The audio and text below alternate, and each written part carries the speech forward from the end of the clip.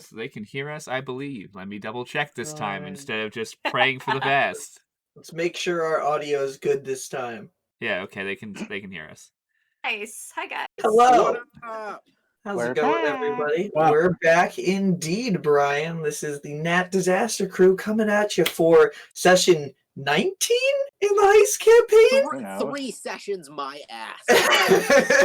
We are less than 10 sessions from getting to the same amount in season 1. I told you this will be a full season. This will, at this point, probably be 30 episodes, if not more.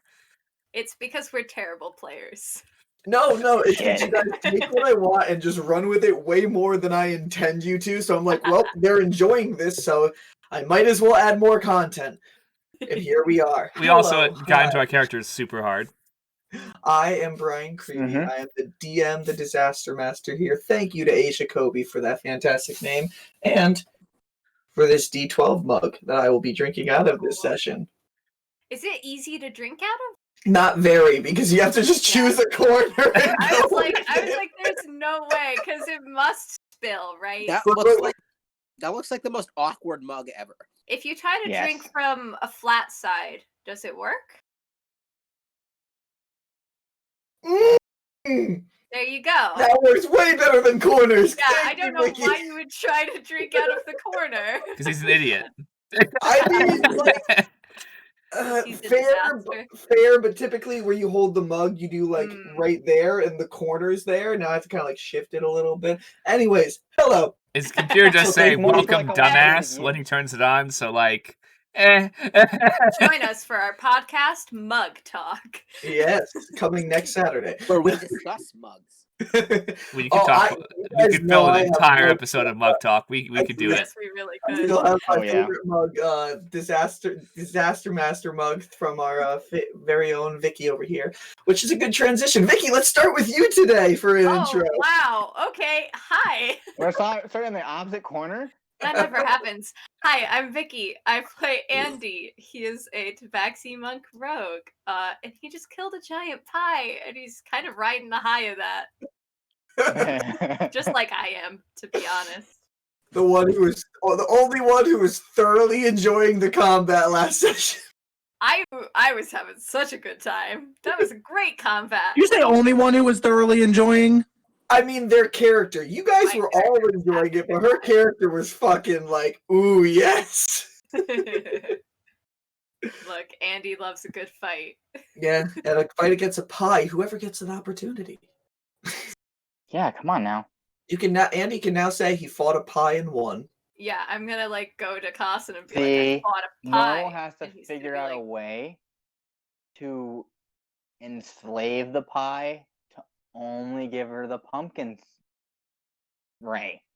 That's true. There's maybe a possibility for that. You know, tame, same thing. Yeah. But then her shop would be full of ice cream all of the time. Fine. Not if she trains it. No, it just shoots out of its eyeball, doesn't it? Normal shop of normal things and ice cream. Also, doesn't the world not have ice cream other than the froyo that Janor makes? You guys really didn't. It was just a barrage of different flavors in your face that was cold. So I think Andy was just like, this is weird froyo. All right, after that, let's go over and catch him off guard with our tech paladin. I'm paying attention fully. I've been listening the whole time, even though I've been reading stuff on Facebook. Close that window, sir. It's okay, I switched it to Twitter, so now I'll be just as distracted on a different page. I can go to my character sheet, that's possible. I have multiple things up. Hi, I'm Conlon Rose. I, in this wonderful campaign, play Rain. The rogue, fighter, barbarian. She does what she wants. Yeah. She'll make Zista her bitch one day. It's just a long-term plan. Everyone else is like, I'm gonna do it tomorrow. Rain's like, that's a terrible choice. That's how you just go to jail. It truly is tomorrow. Yeah, yes. Level 3 classes. Seventh level 3 classes. When you're impatient. Yeah, well, now she's more impatient than she used to be. Mm-hmm. So, after that, long-term plans. Okay. Yeah. After that, we have the wonderful masked vigilante of Zista City himself. What up, guys? I'm Andrew. I play Delson Marthas, aka the Shadow, Zista City's resident vigilante. And yeah, he's getting prepared to have a conversation with his mother. So I'm that's so excited for this. very, very. Oh, it's gonna be interesting. So, We have to get like dressed, Delson. We have to go take a shower. We're covered in like sweets and pumpkin guts. all of you are covered in banana cream pie right What now. do you mean everyone needs to take a shower? Everybody is covered Yeah, in yeah, but we're gonna go ice see his mom. We really need to take a shower. That's true. I can create and destroy water on top of us. does that Yeah, does you already banana used does, that does, once today? does banana cream filling count as water? Destroy it. No, I he can doesn't see take it for like a shower. but a really aggressive shower of just. Yeah, it's just a barrel of fucking water above our heads. It's like at the amusement parks when you go to like Six Flags or something with the water parks with the barrel just to the side. Yeah. Tips Maybe over. maybe Normal has prestidigitation and she can help us out Maybe. really slowly. Yeah, But- Delson has some words for normal. Rain also has some words. And after that, we have Chaos Incarnate coming in on the wind himself, but now on a different wind, a sea breeze. Very wet wind. Yeah, so I play Seabreeze, and my name's Carol McDowell. We're going to jail today. We're going to jail today. We'll see. Is that Hope the aim? not. I I'm don't want glad- to turn this into I a will seduce my jailbreak way out. campaign. Ooh, let's break out of Zista's high security prison, guys. By seduction. Heist campaign part 2. Breakout. Rain will sell out most of you to not go to jail. Yeah, today we are graced by having Callum's camera working pretty well, so we can all see his wonderful, majestic beard. Oh no. Yeah, he just got trimmed. Mm-hmm. And last out of our player characters, but definitely not least, the one who tries to make everybody uncomfortable, but also always gets away. We have Mr. Brian Maines. Hello, I'm Brian. I play Serenity, the incubus thing. Just gonna, we're fucking gonna figure out what we're gonna fucking do this time. And if we didn't think a rogue who is super charismatic and sexual was bad before, now it's a rogue bard Got multi-class. better. So we all know how that goes. Working on this. We'll get a little bit more use. Mm-hmm. Bullshit, my charisma gets used all the time. Oh, I know. And I mean more. yeah. And absolute last in the party, not a player character, but a member of the Lucky Cinq nonetheless. We have the wonderful Paul. Excuse me. Wow. Sorry. The middle-aged man with the Poor Paul. Minnesotan accent who just came into this because it seemed like a good time. It's a way to spice up his life. And now he's got a demon daddy. So, we'll see how things go from there. Daddy. Thank you guys for choosing my NPC's class for me. You're welcome. But yeah, this What are you is talking about? We were trying to get him to a rogue. yeah, and that got changed real fucking quick. You're welcome. Thanks. But yeah, so this is the crew we have going on here. Again, no sponsors like normal, but we're willing to hear people out. So We We're definitely for shouldn't be sale. doing this because one day alcohol. sponsors. Alcohol sponsor us. Dungeons and Dragons I will with second the that. Coast sponsor us. I'll take alcohol. I haven't made my drink yet. I was gonna do that during the I got recap. wild turkey tonight. We're still a pretty good new-ish streaming service trying to get more followers. So we're currently at 42. We're streaming group. Whatever. So we're we are currently at 42 followers on Twitch. We need to get 50 to get Twitch affiliates. So please, if you like what you're watching, please grace us with a follow, and then check us out on YouTube as well for giving us a subscription. We are at 34 on there, so we're falling a little bit behind, but we upload everything to it after we're done. Twitter and Instagram at NatDisasterDND just for following updates. But yeah, those are all the plugs because if you want to do anything online nowadays, you kind of got to plug everything. So, but yeah. So we are here to follow up on the 19th session, going in probably midday of the day before the gala. And we'll see how everything ends up after last session, guys.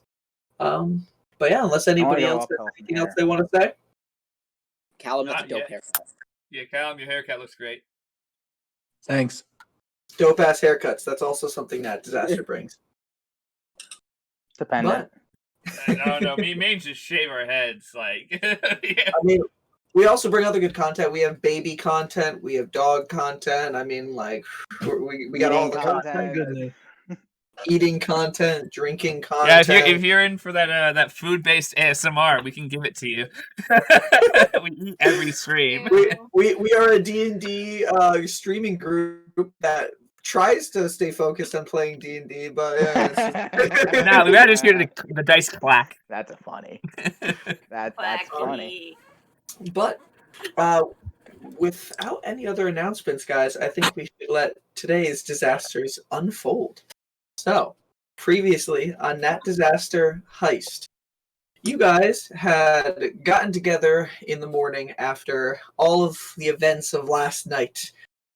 Tried to give your lies and clear your names of the events at the Nyalchikere Armory and Transfers, and then split up as Andy had to go on a lunch date, which we'll keep all the contents of that secret because it's part of our super sexy secret solo session number 3. While the rest of the group went over to try to cash in on the reward from ruining Fafine Ulianmis's reputation by stealing her book. I'm gonna try and cash in later. Mm-hmm. Yeah, it's a different thing. It's okay. The lady's gonna get arrested. I sent the fucking information to Miss Fortune. She's going to jail. You guys ended up going over to Rain's Armorer in the Telerian Truth section of Telerian Town by going and giving him some projects that will literally make him work an overnight shift. So he'll be having fun with that. And afterwards, going over to Fiona's Flower Works to meet up with Otto and Baroness Vojo Variana once more. The Baroness being very excited that you guys provided this book to her. We got there and she was really excited. Oh, yes. But she's a little bit disappointed that Andy wasn't there. But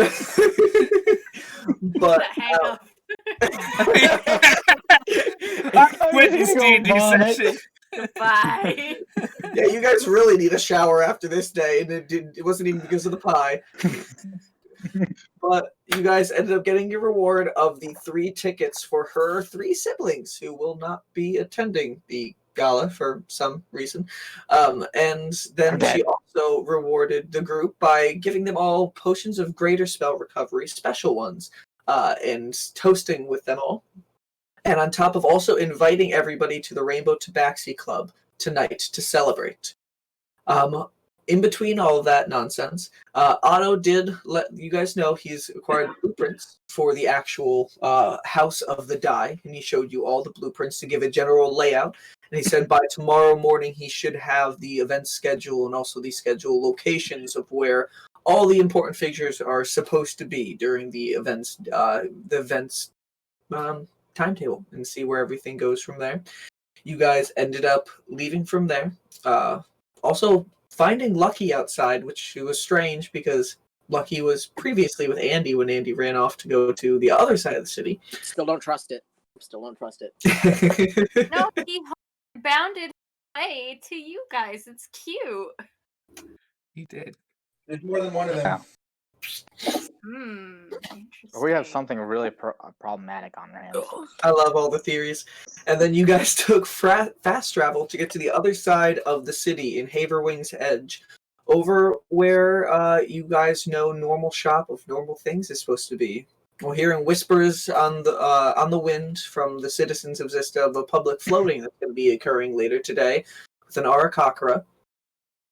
You guys met up with Andy, who was doing lunges over in that general direction, and ended up following down a twisting, winding brick or cobblestone alleyway that went off from the main path, seeing all types of stands, shops, and children running through the streets, until everything started to quiet down. There was less people until a portion of the portion of the city where there was absolutely no one in there anymore.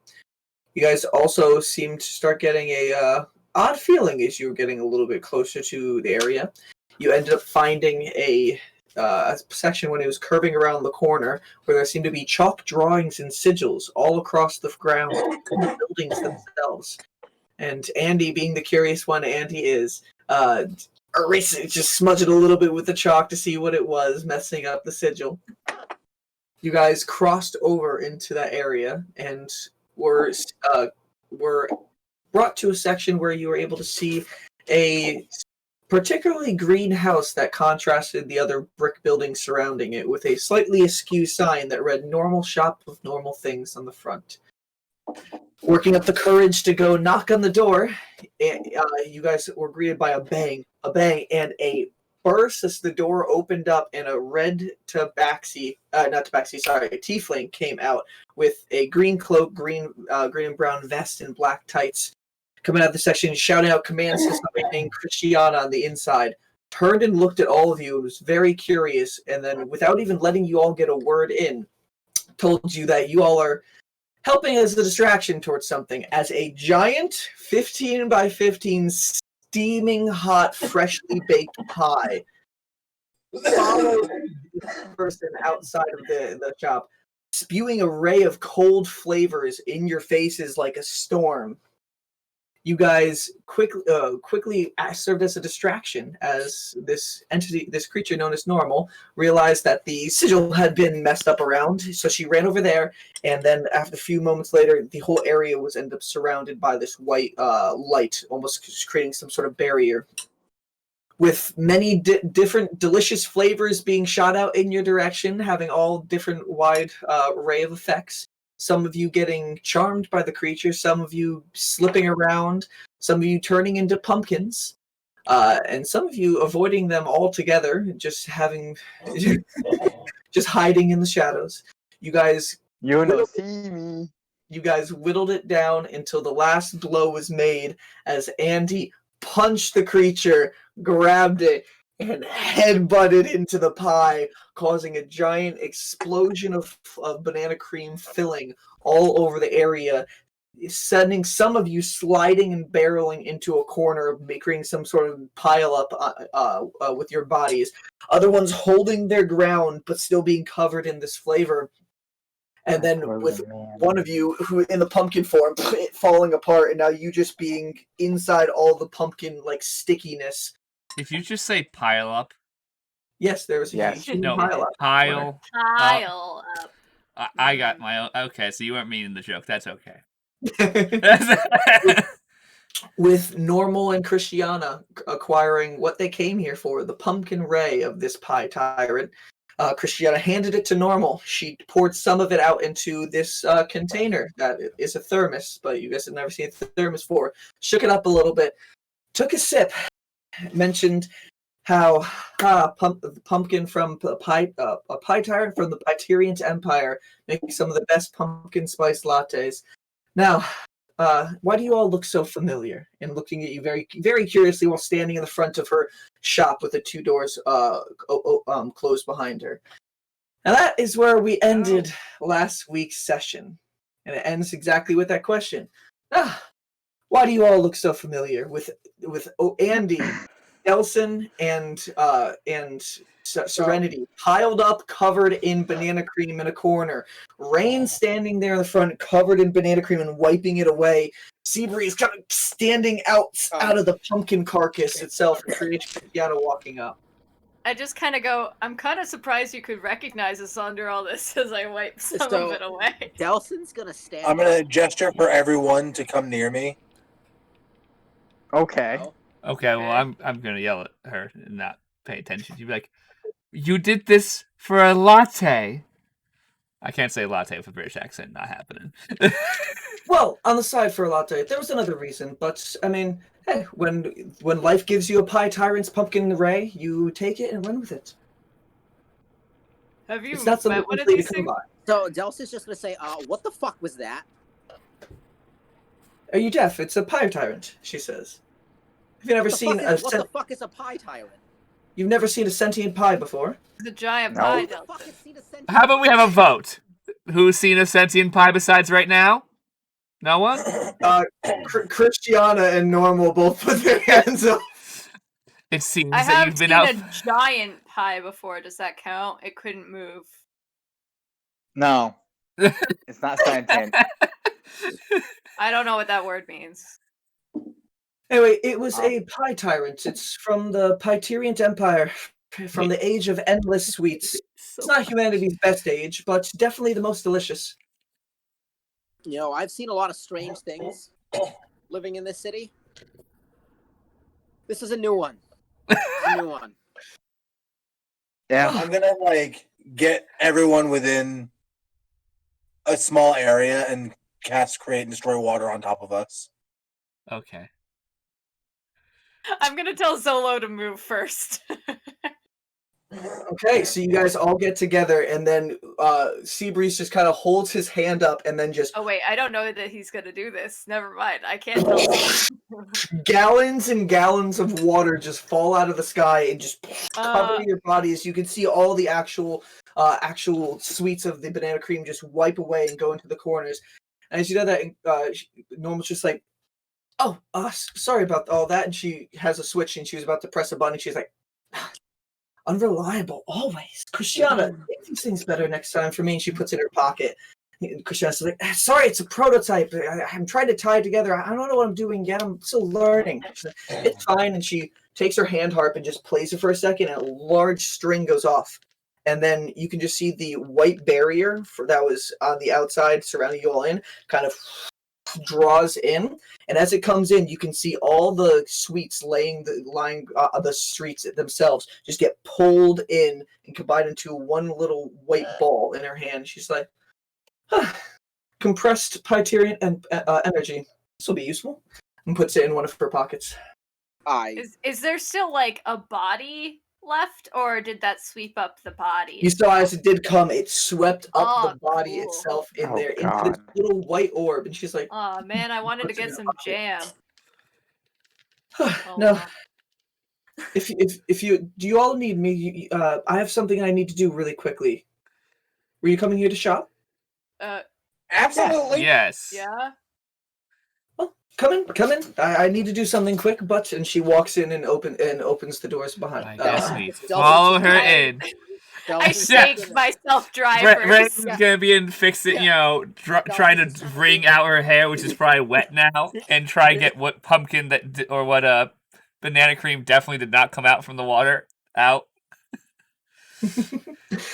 All right, so you guys follow inside afterwards. Christiana and Normal went inside.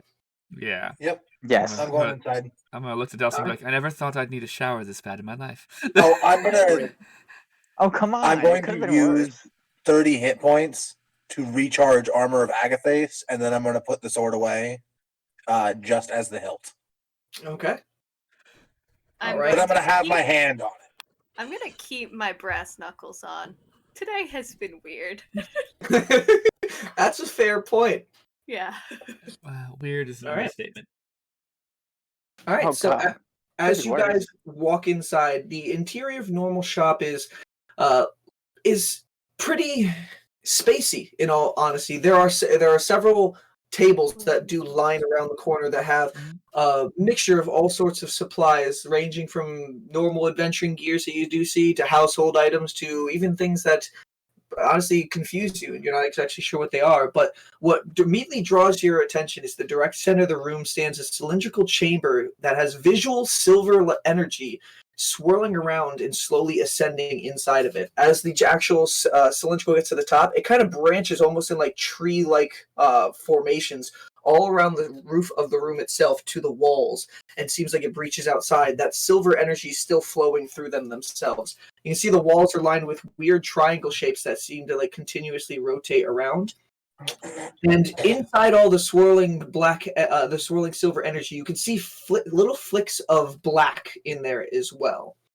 It does look like there's no sort of stand or anything around this cylindrical area. It's almost like just a giant, large glass chamber in the center of the room. Brian, is this the TARDIS? No. But you guys look inside, and she comes over to the actual center chamber itself, and she's just like, Christiana, see, this is what we needed right here. And she holds up the container in front of the actual machine itself. Now, as I tell you, all the flavors from this thing, they're magically enhanced. And it's from this weird spice known as Behold'em. Basically, this is the sleep in a beholder's eyes. You know, we've had to deal with a few of those. Not fun. But just so happens, Behold'em holds onto Qatar energy, which is when mixed with the actual chemical composition of pumpkin pie. This energy can be used to flush out necrotic energy from a Bodok. And when we were over at the Vipilmer Manor a while back, that was something that messed this up for a while. So it's good to finally get to clear out the system. And you can see that she takes the container and she plays a string once more on her hand harp. And then a part of the glass chamber comes out itself, almost like a shelf coming out of glass itself, forming. She takes it. There you are, boy. Come on, eat up, and pours it inside and closes the chamber. You guys can see. I try to look in the drawer. Do I see anything inside the drawer? It wasn't even like a drawer. It was like part of the glass of the center cylindrical actually physically came out and like shaped around to be a drawer, almost like a funnel for this stuff to be poured into. And you can see the orange liquid in the box that Normal had to get poured inside. And she closes up and she's like, that should do it. And you can see orange just fills the glass chamber, swirls around. It almost starts branching out like energy towards all the black specks until all of it does disappear. All right, right as rhyme. And Christiana's like, well, I hope it was worth all the trouble. Now we can finally keep on looking out for what that statue is for. Yes, but Christiana, we have a little bit more important things. We have guests. We have first people trying to buy in our shop. And she turns around. She's like, hello, welcome. Normal shop of normal things. Sorry. We may be a shop, but it's kind of a side project for me. What can I help you all with? And like I said, you all look quite familiar. Do I know you? She looked familiar. You've never seen this woman before in your life. No. Wait. Is she someone that Serenity recognizes? No. Wow. I'm gonna say, are you remotely important under my breath? And she looks over and she's like, yes, you, Kenku. I saw you the other day, didn't I? You look a little bit different. You look a little wet. Is that a weird condition of yours? I'm just gonna hold up the amulet and say artifact and wiggle it. And you are the only one to see wet hands. It's just like, that's part of my doing. Yeah, shit, she can't hear me. And she's like, interesting. I like collecting little trinkets myself. Now, would you find a little thing like that? I'm just gonna write down in my journal in my travels. I've been around. Now, is that part of those travels? Is that why you have and she had a crazy amount of interplanar energy radiating off of you right now? Yes? Whew, I haven't felt something like that in a while. And she looks over towards you, Andy, and she's like, you as well, a little bit, but not as bad as this one over here. Whew, it smells like the sea. Salty as fuck, isn't it? I don't.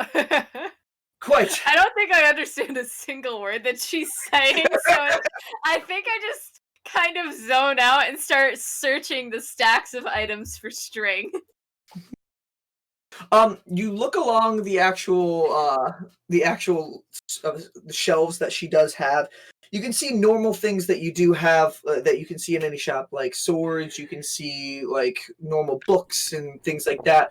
But one thing that immediately catches your eye, Andy, is there's this thing that's made out of metal, and it's kind of almost like triangular shaped with little holes on the inside of it. Mm-hmm. And it doesn't look like string, but it's just something you've never seen before on the shelf. And she looks as you're browsing the shelves, she looks out to the rest of all you and be like, "Now, all of you, for some reason, I just can't get it. That's the problem with having something linked multiple times. It's hard to actually understand with things in order." Rain is going to say out loud. Times? Brain's like, now that does make sense. And why does that make sense to you? So you've been to multiple times. I travel around a bit. Well, then maybe you've met us in the future. It's quite possible. She kind of scratches her head a Maybe little your bit. first meeting of us She wants happens little- after this. But we're meeting her now. Time isn't linear, Andy. Noah, I do not have time. What? I don't know what that word means either. I pick up the triangle. Okay. And Normal's just like, yes, well, I was like a ball of string, Andy. Like a ball of string. I really would, but I'm gonna pick up this triangle. well, and she's like, well, it's quite possible. It's always confusing when you have something linked to every part. And she turns back over towards the actual like cylindrical center, something linked to everything, but will not share any information. And she kind of hits it, and you can see it like bubbles up a little bit in the Here's inside.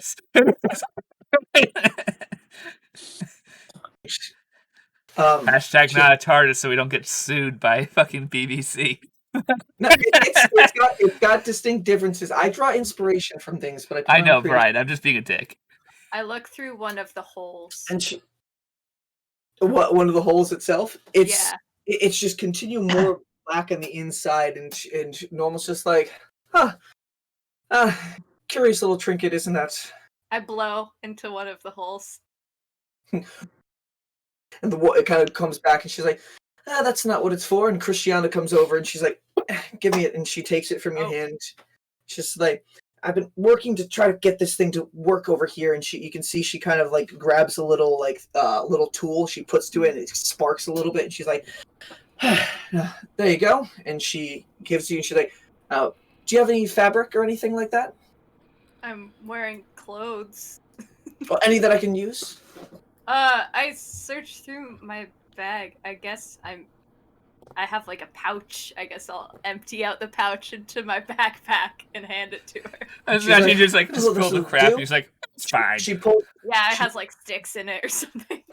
Pulls out a stand afterward with two unfoldable legs, and it just creates this area, and it has this little rounded section with polka dots on it, and she lies your pouch across on top of it, and she's just like, this thing has seen a lot of years, I can see. And she takes the thing and just presses it against it and starts flattening it out. And she's like, it's an iron. It's an iron. This is something that we came across in a weird place, but it was a nice little thing we picked up further away. It's called a flat iron. And Normal's just like, yeah, some weird fellow name is starts with an S, if I remember correctly from how he created it. I'm not sure, but his name Sandy. No, not that. Okay. Can I have my pouch back? And she hands it back to you, and it's hot? It's hot in the area that she was pressing it against, and all wrinkles in that area are kind of like smoothed out a little bit. Because it's warm now. He's doing the cat thing. Yeah. Tactile. And she starts, you can see Normal is actually just walking around the actual cylindrical itself, and she kind of like runs her hand across the actual silver, the glass container again. She's like, you're liking this now more. I'm glad we were able to get that cleared out. Now, can you actually tell me more of what's going on? And she's I want to see if I can hear what the thing tells her. You listen in, and there's an awkward silence as you guys are all watching. She's like, she hits it once. She's just like, you never give me all the information. It's so difficult working with you. I'll go up to the tube, and I'll. Is that whisper to the tube? I'll say, "Hi, I'm Andy." You say that to the tube itself? Yeah. And she looks over at you as you're talking to this thing, and one thing that you notice, Andy, you're looking at this thing, and in the actual center of the glass container itself, it kind of just the energy starts swirling together a little bit until it forms some words. and you can see it just starts saying the greatest lie of Zista's success, and then normal. She's just like, "Oi, hey!" I can't read. So you actually, nobody else really saw that, but you saw it say words. And she's like, and she hits it, and she's like, "Hey, none of that. You know, you can't be saying any of those things." She's like, "Sorry about that." Don't worry, I can't read it. Huh? You can't read. Nah. Never came up. Andy, Might it have did some- come up. And literally immediately getting scalded. Andy, it did Okay, come up. it has come up a few times. I can't just ignore the problem. Andy, your name. So I'm so sorry. What is all your names? Andy. Delson. Serenity. Paul. Paul said that's sad.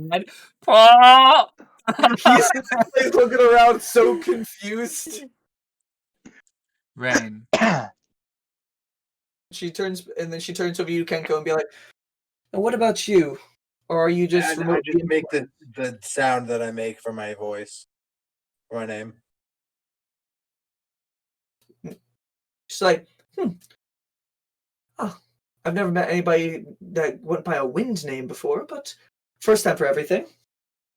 Recorder," and she kind of puts a little string once more with her hand harp, and you can see the glass chamber itself starts bubbling, and you can just see, like, written in common what you would imagine a wind sound to sound like across the screen. Then you can see one more time. She strings it. Each of your names do flash across the actual through the glass chamber itself. Did This you know is you're really interesting. weird? What was that? What'd you say, Andy? I said, did you know you're really weird? Christiana comes up to you and she's like, "Yeah, a lot of people say that, but that's Okay. why we like to keep to ourselves a little bit." No, it's okay. It's cool. I like it. Why'd you all come down here? We heard through the grapevine you might be able to have some good, fun stuff. Well, not many people typically get past the barrier we have in the streets, so it's interesting that you all made it through. Wait, there's a barrier? Did touch it. Again, sorry No. about that. No one's like, not that, dear. There's another one. Only it prevents most commoners from coming through here. I like to keep my practices for the most part secret." None of us are... It kind of looks at Paul. there was Well, a none of us are barrier? really commoners. Yeah, I would like whisper to Rand. Am I a cop? Andy, you're not a commoner. You're a monk in a monastery. Now, you all handle that remarkably well for citizens of Zista. You guys, and you've never seen a Pie Tyrant before. No. No, but it's not our first scuffle. Well, Maybe. it's your first time dealing with the spawn of an egotistical baker who decided magical baked goods would serve excellent service for him in the future. No, they'll be first on that one. Well, definitely don't get any ideas from it. Didn't work out for him. I tend to not use baked goods as my revenge. It's like, well, Baked goods are the best revenge, though. No, long-term death. Actually, why wouldn't no you death. just like poison the baked good? That would be a lot. Duh. That would work a lot easier, I think. She hears after what you said about the revenge. She speaks up. Yeah, well, revenge can take many different forms, and it all starts from stories in the past, things that I find fascinating. Which, speaking of questions, and she looks back from everybody. If you're gonna go for revenge, you best dig 2 graves. What was that, Brian? What? If you're going to on the path of revenge, best to dig 2 graves. In theory, one Yes. for you, one for them. Depends on how you play your game. So That's typically what they say, but I'm more for figuring out the story of what happened before, what happened from, and I'm always intrigued by new stories. And she looks back and forth, particularly at Rain and Andy, and she's like, "Scars always create good stories." And she looks at you, and she's like, she picks out a magnifying glass and kind of comes up right to your face, Andy. And she kind of looks, then she moves down, kind of like right onto your neck. She's like, Interesting. And he's probably It's like, it seems like this is transcended over from some other form. There's no actually physical scar through the actual body. Yeah. Have you ever been in another body before? Yeah. He's so calm about this because he's just like, well, I was reincarnated. This is normal. How tall is she? I'm imagining she's kind of short. How tall is she? She's about 6 foot. She's actually a pretty tall tiefling. So she So kind of she's comes right up to your neck. Yeah, where she like at goes eye right level almost. Mhm. Okay. How'd you get this scar? I mean, she's significantly taller than Rain. I kind of take a step back involuntarily. I got like murdered. Oh, well, that would do it. Does Andy finger gun? Does Yeah. Andy's like, got murdered? Or finger crossbow? Sorry. Oh, that would do it, but that wouldn't explain, and she kind of angles down your arm a little bit, why there's also sand constantly flowing through your fur. What is that all about? Okay. It's from the island of Nanya. Yeah. Okay, if you promise not to kill it, do you promise not to kill it? No, why would I kill something that has no harm to me? I don't know, you just killed a giant pie. Well, I just killed a giant pie. For you. Oh, now also- he's on the philosophical question of, was that okay? Was that... Yeah, the offspring of a egotistical, a maniacal, evil baking wizard who I tried don't know to what most who tried of to those words mean.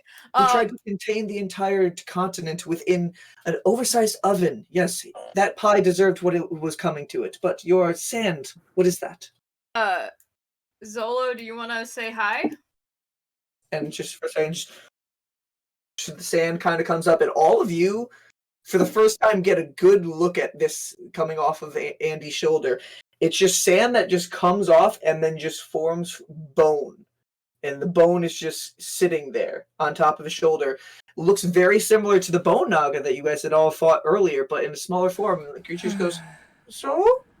And she has, Normal has the magnifying glass. She's like, seems to be some sort of split soul from another creature. Ooh, just brimming with displacement energy. What happened to you, little one? Zozo? Shah? I don't speak baby bone naga. I gotta pick up that language. Now on the list. It'd be convenient. Where'd you find this one? In this, and I pull out the hourglass. And she takes it and she's like, Careful. She takes it and she kind of turns it upside down for a second. You see, Maybe and not. You write it back up on her? Yeah, you might not want to do that. Well, I would love to study something like this. Is this something you're willing to part with? No. It's kind of my homework. Oh, well, if there's anything you want to trade, we have things plenty around here, but otherwise I do understand. I'm gonna go up to Normal and pull on her sleeve. Okay. And you pull off, and she kind of like, and yes, and she kind of takes her sleeve and shakes the water off of it from when you grabbed it. Oh, I was just my fingers. Like, your fingers are wet. It's not drenched. You're wet. You're constantly dripping, buddy. And not in a good way. You leave a trail behind you. Yeah, does he have a disadvantage at stealth at this point? Because he's just a puddle walking around? What do you say? I just repeat in her voice, trade. Well, that's what I got plenty of things for, and at this time, we have limited stock. Everything's always kind of shifting. I don't have really much control of the inventory, but what are you looking to trade? Souls. Ooh. Oh, so Seabreeze's eyes light up, and he's like, not trade, artifact, and he pulls out the sword pieces and the sword hilt. Mm-hmm. And then he writes in his notebook really quick, do you know what this is or what I can do with it? And she takes you give her the blade to hold? Yes. Immediately kills her. No. Is it just the handle, or is it the whole blade with the blood going through it right now? No, it's just the handle right now. And she has the sword pieces. Well, what do you know about it so far? I touch the blade and I repeat the words.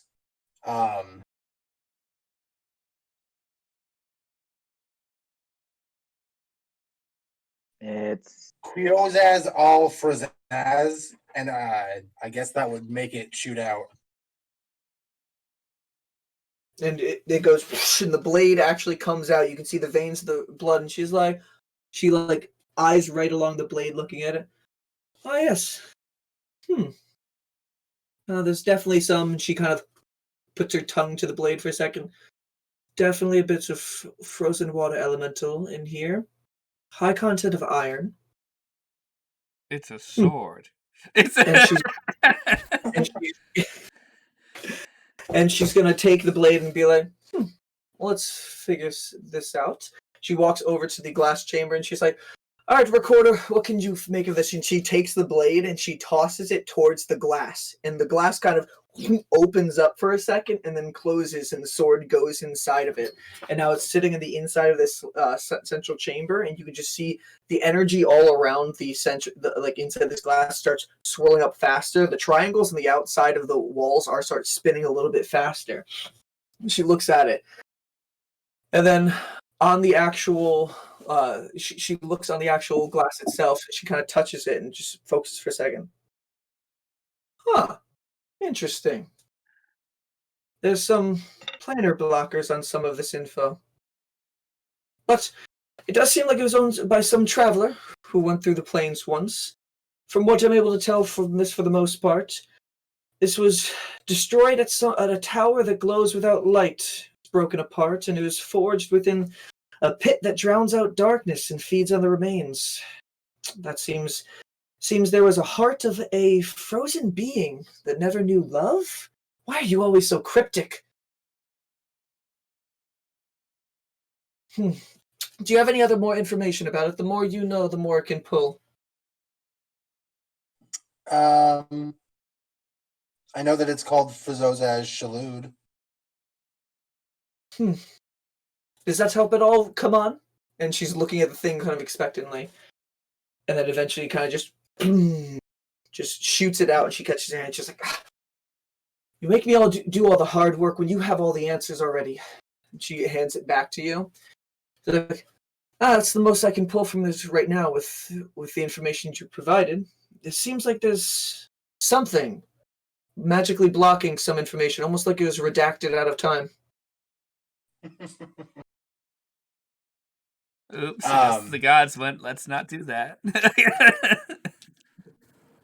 Okay. So otherwise, I'm just going to pull out my bag of gold and ask her to show me what she got. Show me your wares. Show me your wares. After you took the blade back and you say that, you can see the glass chamber behind her starts glowing a little bit, and she's like, well, there's typically... She's like, you don't normally do this, and you can see on the actual screen itself, it shows your written name again, the like the written representation of the wind sound across, and then a pedestal kind of raises it out of the ground in front. She's like, you're giving... What? She looks at it confused, and she's like, this thing doesn't normally do this. Seems like it's... She's confused. She's like, sorry, this thing holds on to things sometimes for others. It's some sort of storage space, for lack of a better word. It seems like something has been stored in here for you. And that's so cool. On the actual pedestal itself, there seems to be a wand. And what the wand looks like, it looks like it's an ink quill, and at the end of it, it's almost like there's like a little tiny book at the end. And she looks at it, and and she's like, huh, and she kind of plays a string for a second, and she waves it over, and she's like, that's interesting. Well, at some point I must have stored this here for you. I don't know when, but she hands it down to you. What is it? Let me read it to you. This means next time you see normal, you have to give it back. Maybe not next time. It might be when you first meet normal. Where was this? Sorry. When she first meets us, other way around. We don't meet her because we know who she is. It could be after that too, though. This is called a Wand of Air script. With something like this, you can basically take the design and write in the air in front of you what you're trying to say, and it will magically display. It's for a short time, though. What do you mean short time? With the very... Give it or take 6 seconds. Everything here has a limitation to its abilities. So I can only use it 6 seconds? No, the words only show for 6 seconds. The words will fade out after 6 seconds from writing. So say if you write, "Hey David, you're a butt," it only lasts for 6 seconds. She takes it back. She takes it back from you, and then she starts magically writing in the air in common. These words will disappear in 5, 4, 3, 2, 1. You can see the words just slowly fading out in the order she wrote it. Just slowly starts disappearing. And what it looks like there's almost like electricity sparking at the tip of the actual wand itself, and it's left in almost this like orange, like electricity crackling in the actual air when she writes these words. Does it require attunement? No, something like this is just a simple magic item. It's for more utilities than anything else. That's pretty cool. Be cautious with it. What do you want for it? Like, well, I mean, apparently this is something that was stored here for you, so technically it was already yours. What? Just like that. That was an I'm option. just gonna start whistling. I'm just gonna be like. But that always makes me. I'm still very curious. If something was stored here for you, and you were here also the other day, and then behind her, Andy, what are you doing at this time? Like, what is everybody else doing right now? I'm probably just like looking in awe at the amount of clutter there is. Just kind of like trying to look and see if there's anything like maybe if there's like a little mouse hiding or. I'm just looking around waiting for my opportunity to speak to her. Okay. I'm investigating the two. I'm probably looking very directly at oh my god, come on brain. Normal. I'm also and kind of occasionally looking at the cylinder and being like, this thing is interesting. Questions, dear? And she looks over at you at Rain. Many. That's the best way to go. It's the best way to live through life. And what'd you say, Andy? Does it have a name? Oh, this? I just call it my recorder. That's probably not its name. I go, do you have a name? I'm gonna give it a hug. Oh my god. You walk Which way Sereny's not a low intelligent character, just Brian's just weird. You walk over to the actual I just think it honestly needs a hug. And you give it a hug, and then it all starts actually glowing again. And on the front of it, you can see Serenity does a form in the actual words themselves. Give me 1 second. I feel like you need this more than me. It's actually quite perfect that you did. That's how this happened. And it says Serenity and everything. All the silver liquid starts glowing up one more time, and then the pedestal at that had went back down after the wand was taken. It rises back up one more time.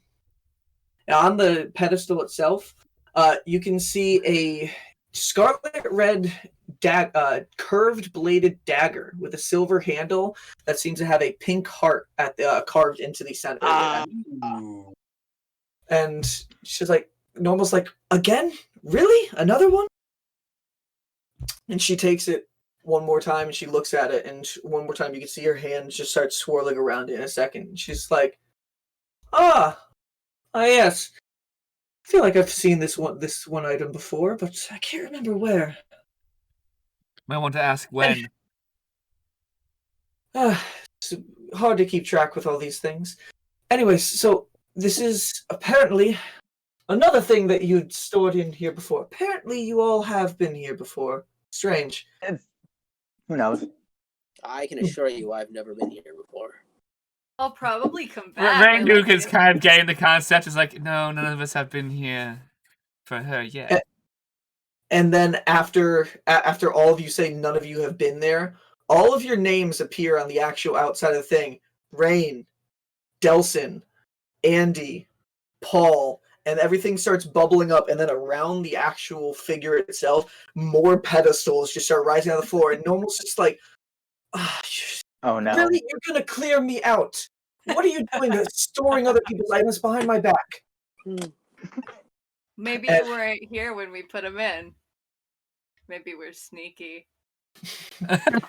Like, sneaky. I can It's a assure you giant none of you weird got Batman. Yeah. I can assure you none of you got in here without my permission. And looks back over at the recorder, and she kind of like to the actual glass chamber itself for a second. She's like, one at a time. She snatches all of them actually off the pedestal and holds here. And she looks over at you, and she's like, to Serenity. Oh, interesting. This is a particular type of dagger. So seems to do a little bit extra of damage. It's called the One Heart Dagger. So apparently, I've seen there's a trend with Serenity's crap. Apparently, if you bond with this item and you're within someone when there's some sort of effect about to hit you, you can effectively try to combine in a way or almost attach yourself with another person next to you to try to avoid it together. Interesting. It's on D&D Beyond. So I already added it. Heart Dagger, and you can read it directly in there. Next one, and she pulls out, and there's this. Let me just go down my list 1 second. She pulls out this normal-looking arrow, and she's like, She's like, Mr. Dark and Gloomy over there.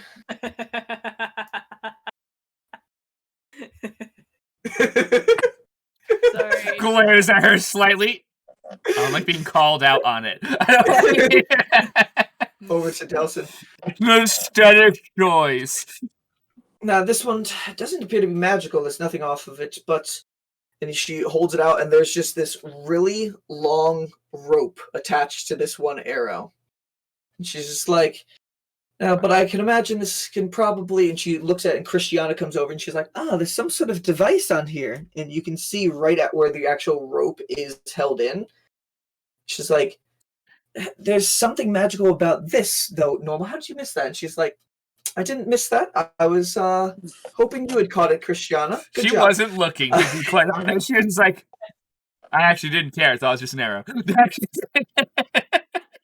But it seems to be confined to the inside here, and she kind of presses, she kind of feels around, and she presses the button, and the rope gets sucked into this really, really small space.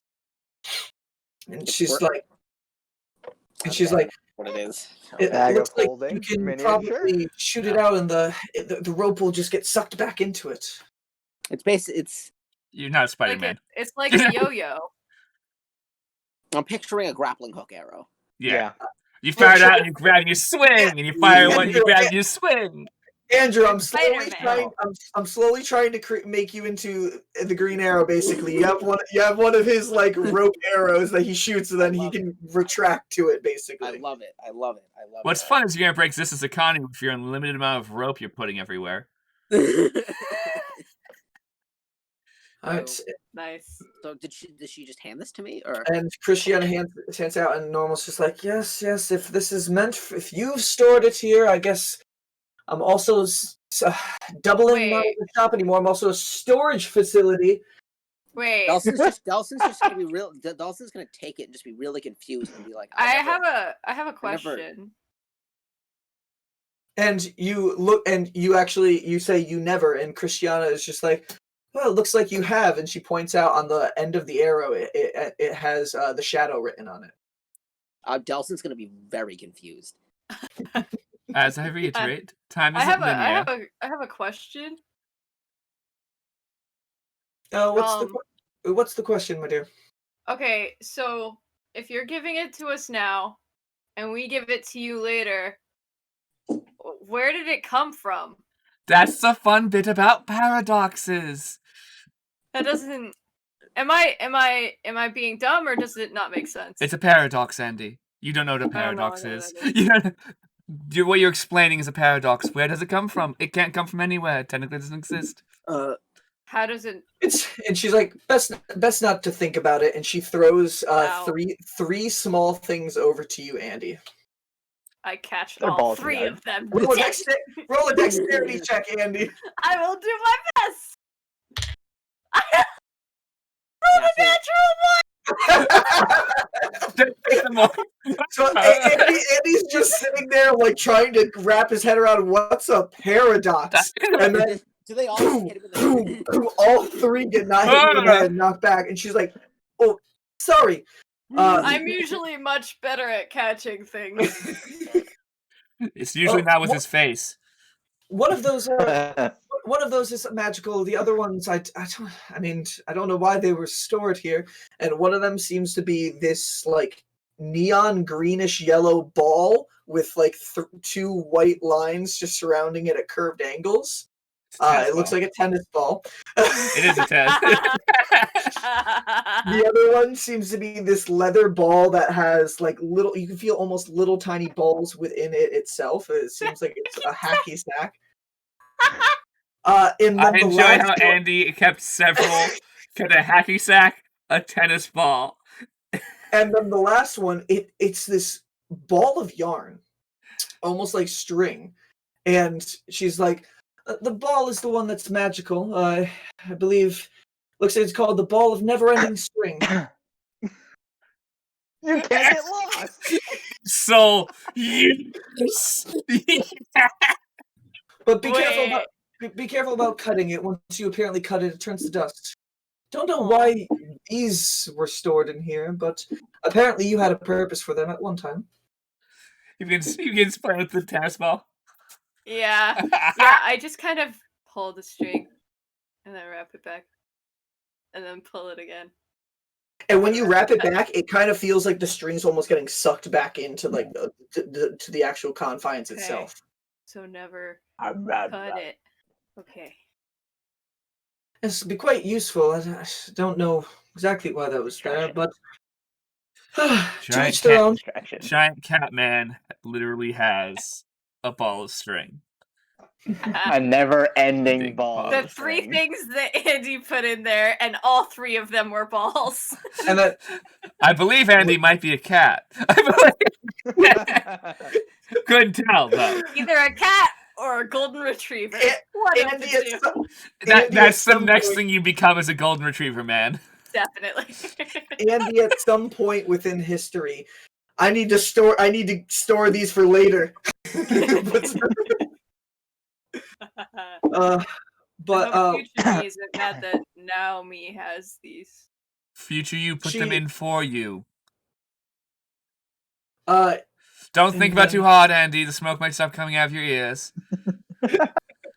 Don't release the smoke. I need to. Wait, you said two of them were magical, or one of them was magical? Just the ball of yarn. Yarn. Okay. I imagine Andy also begins playing hacky sack while playing with his string. I definitely. Do I know what a hacky sack is, Brian? No.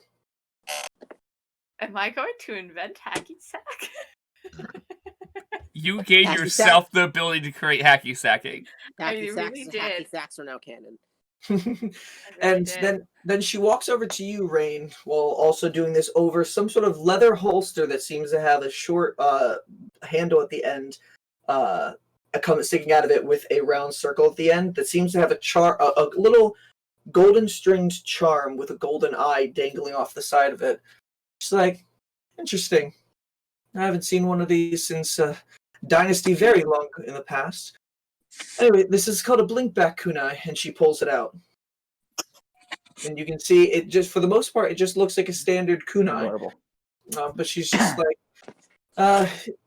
this is something you do need to bond yourself with, but when you do, say blink back after you throw it, and she says blink back, and it just appears right back in its holster. Oh, Interesting. I'm gonna abuse that.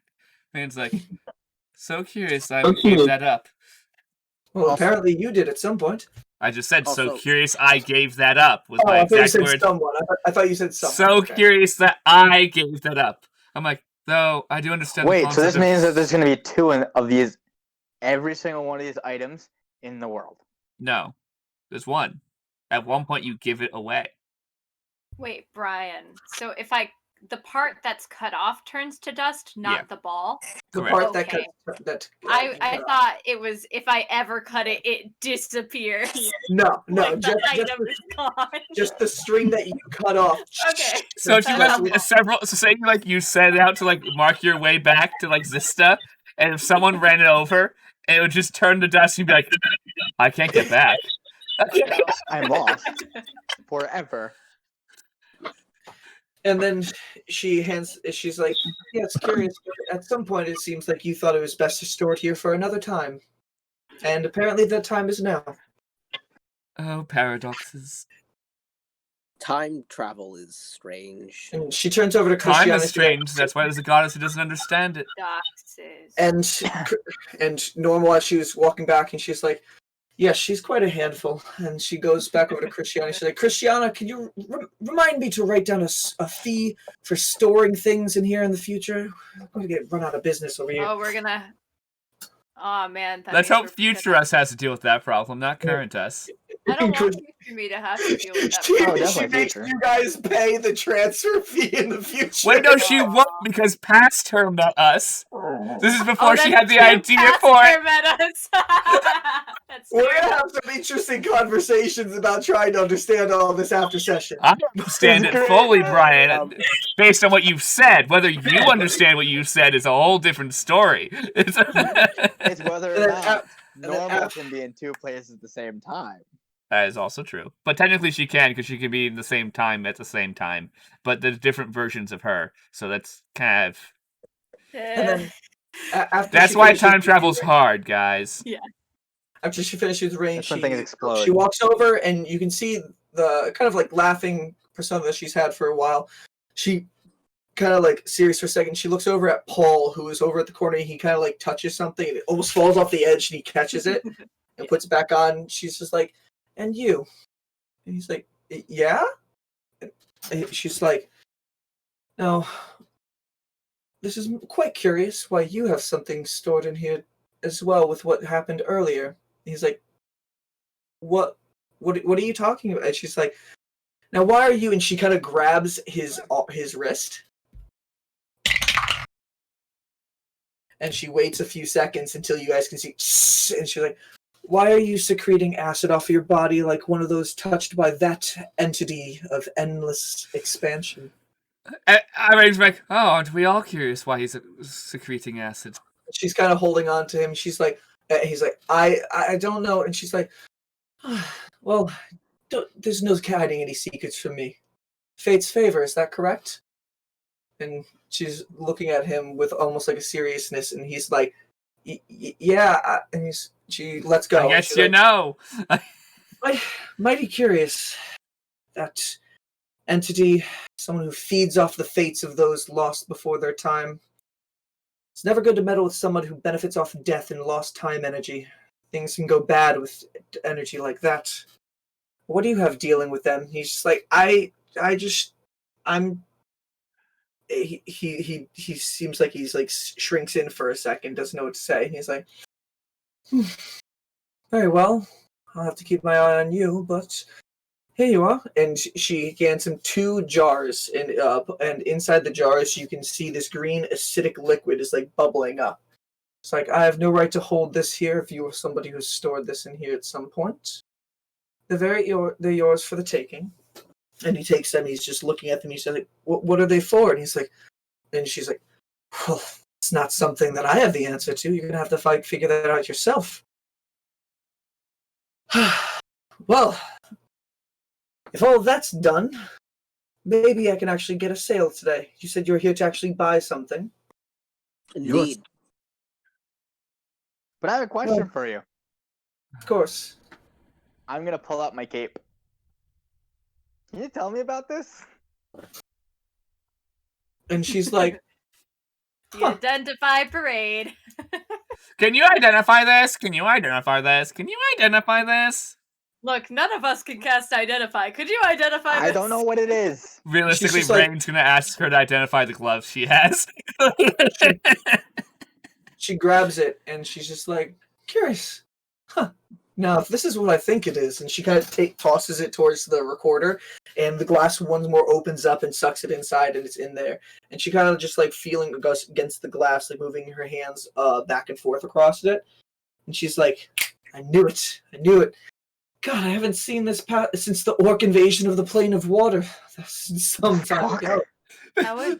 Sweaty. Oh, Plane of Water. That makes some sense. Wouldn't they drown? It was a very confusing time. There's a man who actually wore this. His name was Jorazin of the Horaxith. It's called the Cloak of Mind Tricks. He used this was he was a particularly odd orc, much more intelligent than you would think most of their species would be. But he used it to charm his way into most situations. It's odd, I thought he sacrificed himself by mating with Cilia the Devourer back then, but apparently he must have made it out if this did as well. Or the cloak did. It was something that helped him mess with other people's minds in a way. Allows you to all our items were vital to history, and we're like, oopsie. Allows you to cast the friends. My string. It allows you to cast the Friends in the Minor Illusion cantrip, as well as once per day Phantasmal Force, and a little bonus. Now the Friends cantrip. Jorazin did not like how everybody was hostile towards him afterwards, so he worked with some early artificers, and they found out a way to temporarily get rid of that.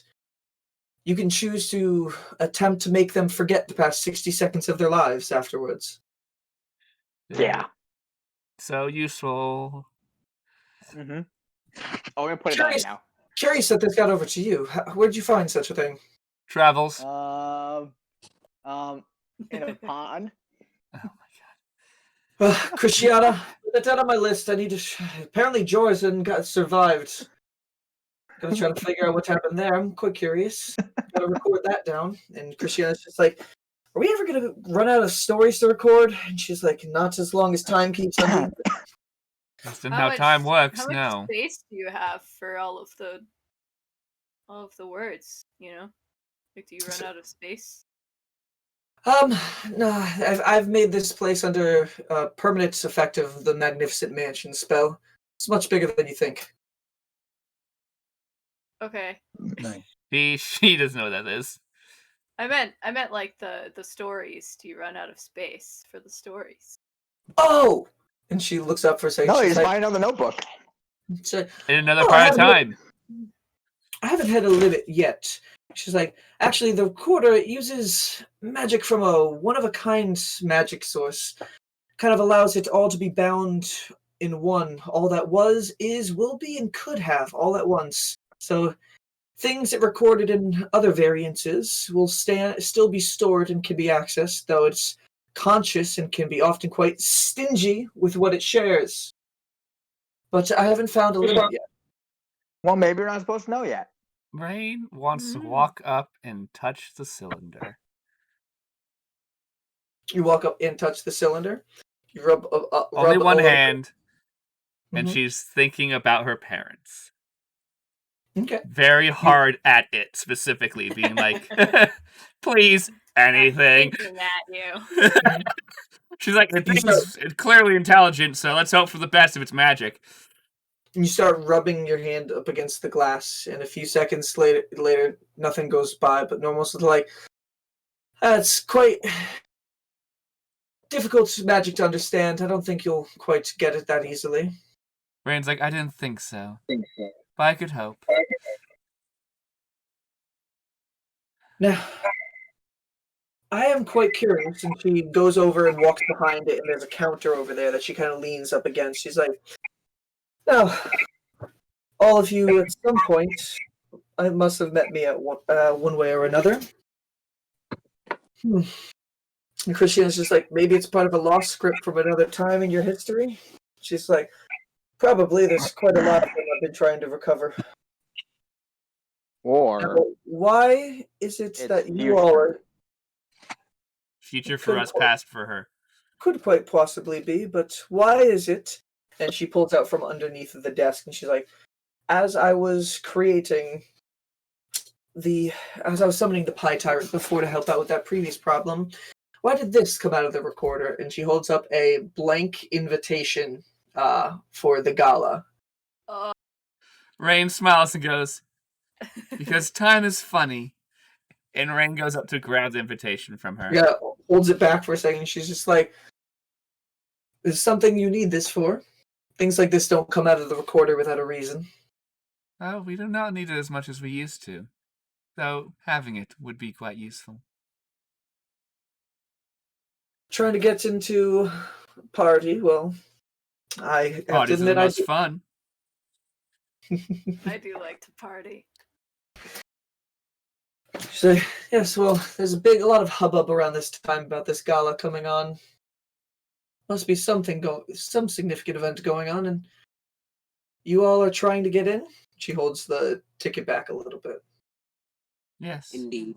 We are. Maybe we'll tell you the story afterwards. So that way it can be added to your ever-growing history. Oh, stories are a funny thing. Some things whisper in on the wind to me, and I hear about them. That night I do know there's something about it, though I can't quite remember. Because technically for us it hasn't happened yet, so Brian can't say what happens. Anyways, you're looking for this, but this wasn't necessarily linked to all of you, so this isn't something you stored. She looks at the recorder and she's like, did you send this out for me as another one of the signs, just like that figurine the other day? It just started bubbling up a little bit. What figurine? Christiana walks over and she's like, this, and there's a little figurine that sits on the side of the actual table. She's like, the recorder gives out information on things that we need to go look at. And what she holds is this figurine of of what looks like a very large red dragon. And she holds it out and she's like, this is Greasefleur. It's known as the First Flame, I believe. Looks at Normal and be like, yes, I haven't heard much from them for quite some time. That's the reason why we are trying to clear out the recorder so we can go investigate a little bit more. Greasefleur is the First Flame. He was the first red dragon. Lived and hasn't been seen since the 1 Second War. He was terrorizing this area as he had his lair atop the eastern crater of Krulin until Keithel struck lightning down upon it and sent him plummeting down into the lake below. Curious as why this figurine has come out now, but I intend to figure it out. But just like this, he holds up the ticket. It's got to be a reason. I'm assuming it's something to do with you all. Now, you said you want to get to the party. Now, what for? A great time.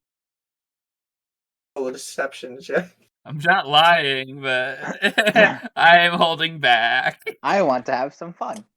It's okay if she sees through me. Rain's probably kind of smiling when she says that.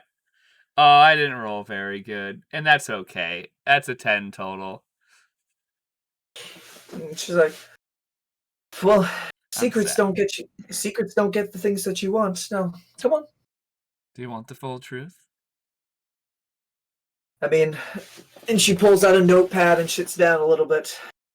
As long as I'm gonna take out my pen with the book on the end of it, and I'm gonna start writing. We're gonna steal some shit for some bitch from some bitch.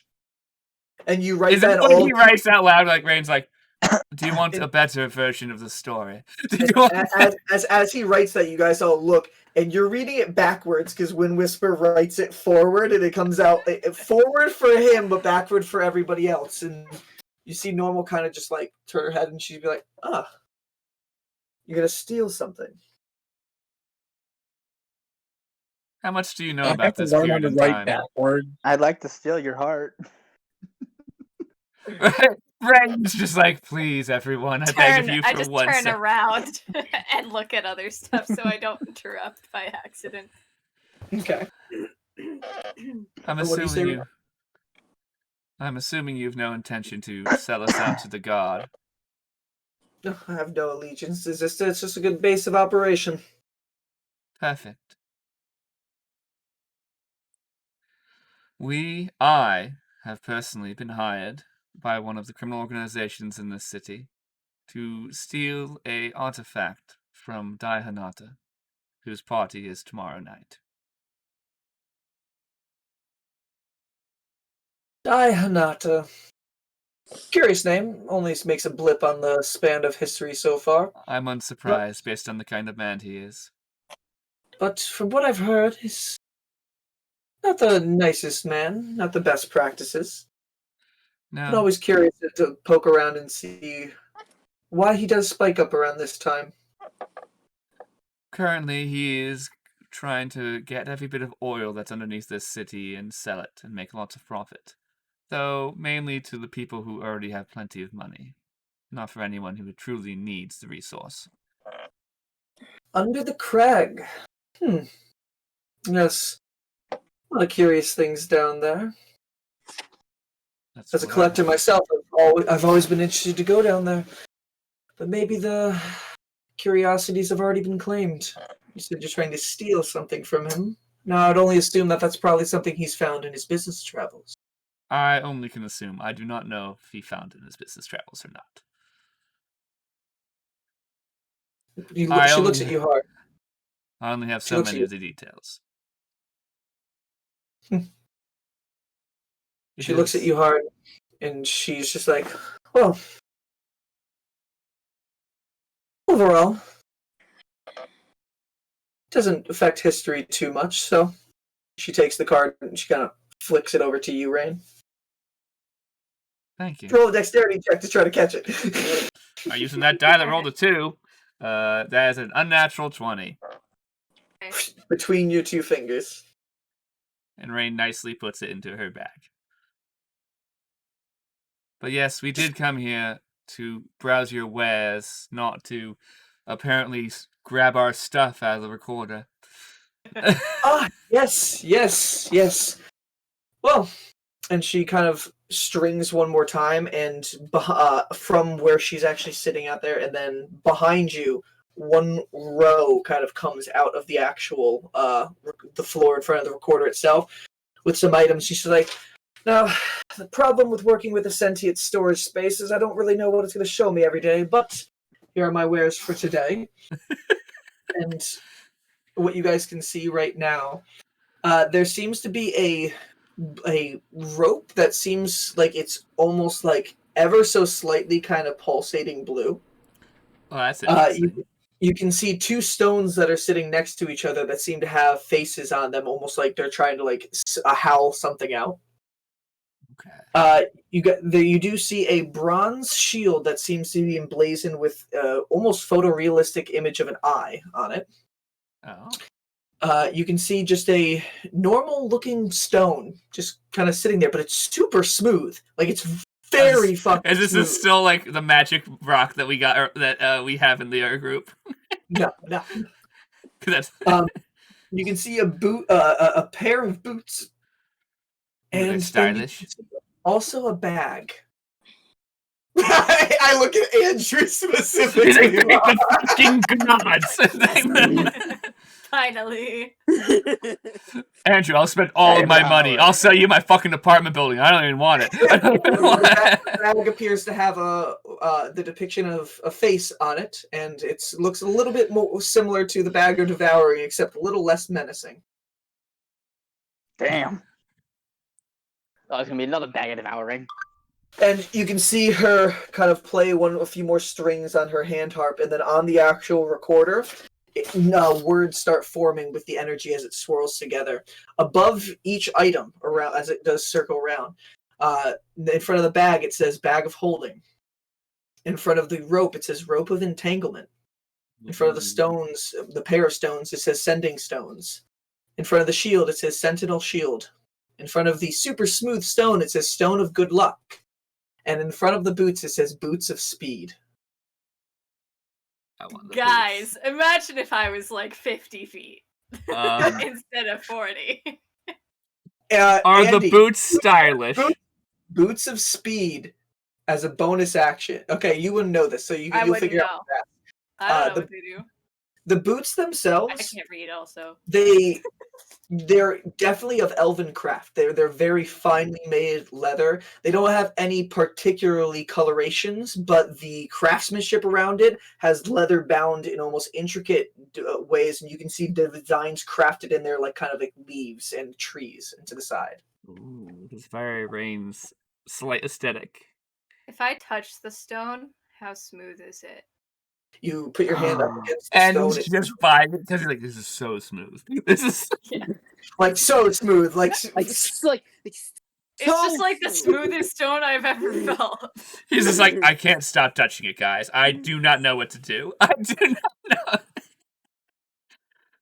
know. Anything how much are the boots? Oh, tap the recorder over its name. She taps it. And it kind of like glows. As you do touch it, it's almost like a red coloration on your hand, and then the silver swirls come together, and it says 400 gold pieces. They are very nice. Rain, can you read this? I touched the one above the stone. The super smooth stone? Yeah. You tap it, and it says 150 gold pieces. 150 gold. Oh my god. What's it do, and what requires attunement?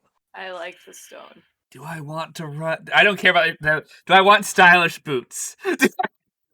Do I want to spend 150 gold on a rock just because it's smooth? I think I do.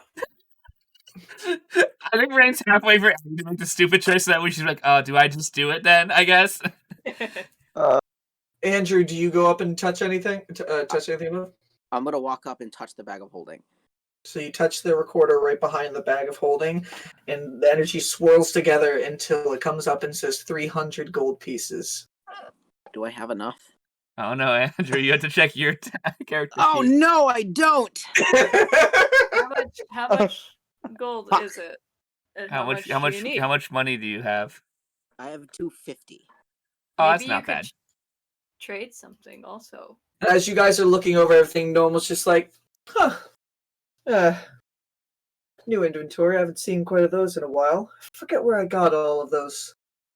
Anyway, so one of those, that's bag over there you're looking at, Delson. It's called a bag of holding. Are you familiar? I am, and in fact, I've been looking for one.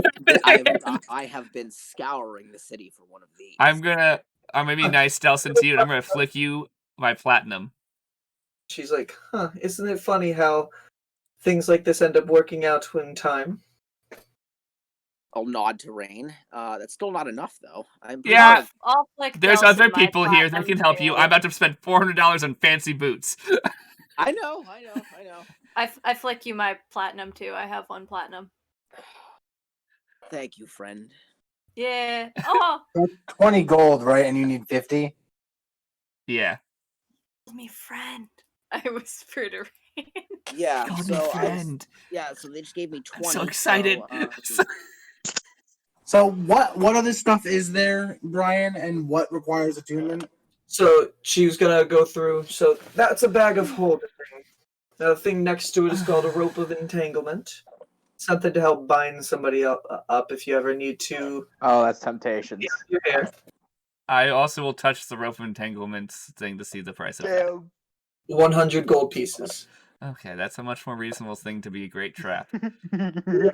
Just sending stones. They have limited use, but they allow you to across planes, dimensions, and quite frankly, a lot of other barriers, messages. Oh, those are quite useful. That sentinel shield over there, it's the one with the eye. It helps you react quicker and catch things that are often hard to see. Now that stone that you're, and you see, she sees that you're like fixated by the stone, and she kind of like snaps her hand. She snaps her hand, and in front of your face a little puff like fireworks sparks in front of you to kind of get your attention. And she's like, that is a stone of good luck. Now you do need a bond with it, but it makes all types of abilities you have and your ability to get out of effects a little bit better. Those boots that you're looking at over there, Rain, those are boots of speed. Now, for 10 minutes a day, you can click your heels together and double your speed. Double. Oh my god, imagine it. Double. Andy would be broken with that. Andy's not left. Andy gets 80 speed, can dash twice in a turn. So. All right, Flash. And then I can also use feline agility to double it again if I wanted. Flash. God. Oh, bye, Andy. Are there any weapons? I know not in that list, but does she have anything else that is like on display? Wait. Store? You ask that if she has any weapons. You look around, and you can see normal weapons lining the store, all with different shaped hilts, shaped blades, coloration, and also it's all just mixed together. It's not even really sorted. It's kind of just like piled together in like bins on these shelves on the side. It's kind of the normal things that she just has around for her appearance. So, does it seem, from my intuition, that the recorder is asking for 400 gold, or that normal is asking for 400 gold? The recorder says 400 gold. You don't know how the whole system works? I'm trying to decide who I need to partner with. I'm gonna actually try and I'm gonna purchase the rope of entanglement. Okay. Cool. You grab it and you walk up, right? She's like, interesting choice. Yeah, if you want to purchase all sales. Christiana. And Christiana comes up and she pulls out, and you can see she has a bag of holding as well. That means they don't even care about the gold. They're just taking it like, one day we'll need this. And she's like, yeah, I know, right into the bank. And she takes it. And you guys have never heard the word bank before, by the way. It's just magic. What is a bank? So she has the bag. That's a new word. 100 gold pieces in here, if you will. And she holds it out to your Serenity. Hands out the 100. And you can see, Hello, cutie. You drop it in, and as each gold piece that goes in, you can see the 100 counter on the recorder go down, 99, 99, all the way until 0. And then when it's done, you kind of hear like a ting.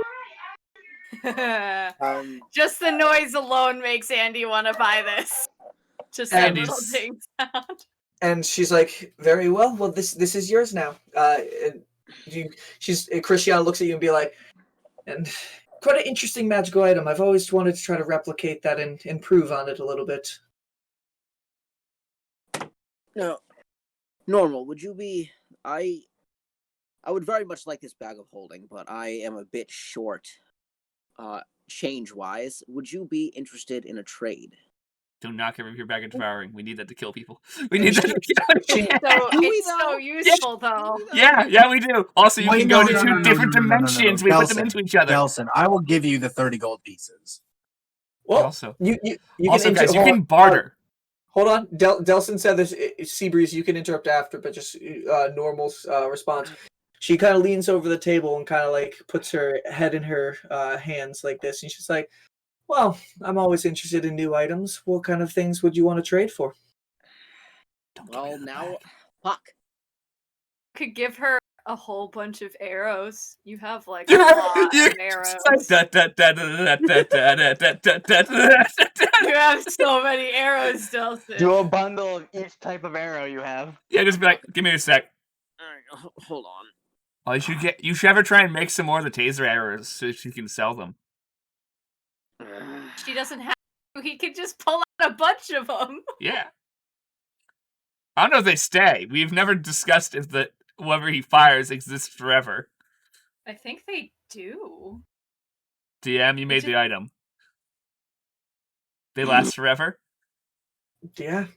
Wow, that breaks the economy severely. It does. Magic economics are hard. Delson can quit this campaign and just become a successful arrow businessman if he wanted to. Me and Nelson will have a conversation after today. I agree. He is a superhero. He needs to have a sustainable income, okay, guys? That's just how Delson makes money, is he just sells hundreds of arrows at a time. So, fuck, I don't... Well, Trade her a taser arrow. It. You should show her that special arrow you got. Well, no, I'll pull out one of the frozen arrows. Oh, yes. And see what her reaction is. And she takes that and she puts her tongue to the tip of it. It's very strange, natural ice. This is definitely... I've seen these at the time when I was helping out over in those, the orc invasion of the Plane of Water. There's quite a few of these over there. They seem to line the cliff sides at times. Quite an odd place. It was at the barrier between two of the planar worlds. I had to come across something like this. I assume they're like, definitely wasn't us who were there at the barrier of two planar worlds. I'll just say, well, funny that you mentioned that. It was in the Plane of Water. Huh. Not. She's like, What? Yeah, That is where we were, wasn't it? you No. never went there. You only Seabreeze and Andy right. went That there. little cavern is like a in between. It's like a Mhm. We were in the in-between. yeah. It's like a world between worlds. All right, we can't say that because that's trademarked from Star Wars. Curious. It's not often I find others who have dealt with the planes before, but they do Yes. always come across with very interesting items. How much do you have gold-wise?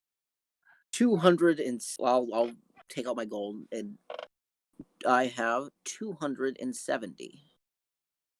She takes the arrow from you, and then she Take out two more. Just be like, she picks up, she picks up a bow from behind the counter, and then she looks and aims right near you, Delson, and then just right beyond your head, just right over your shoulder, into the recorder. It opens up, and the arrow goes in there, and starts floating for a second.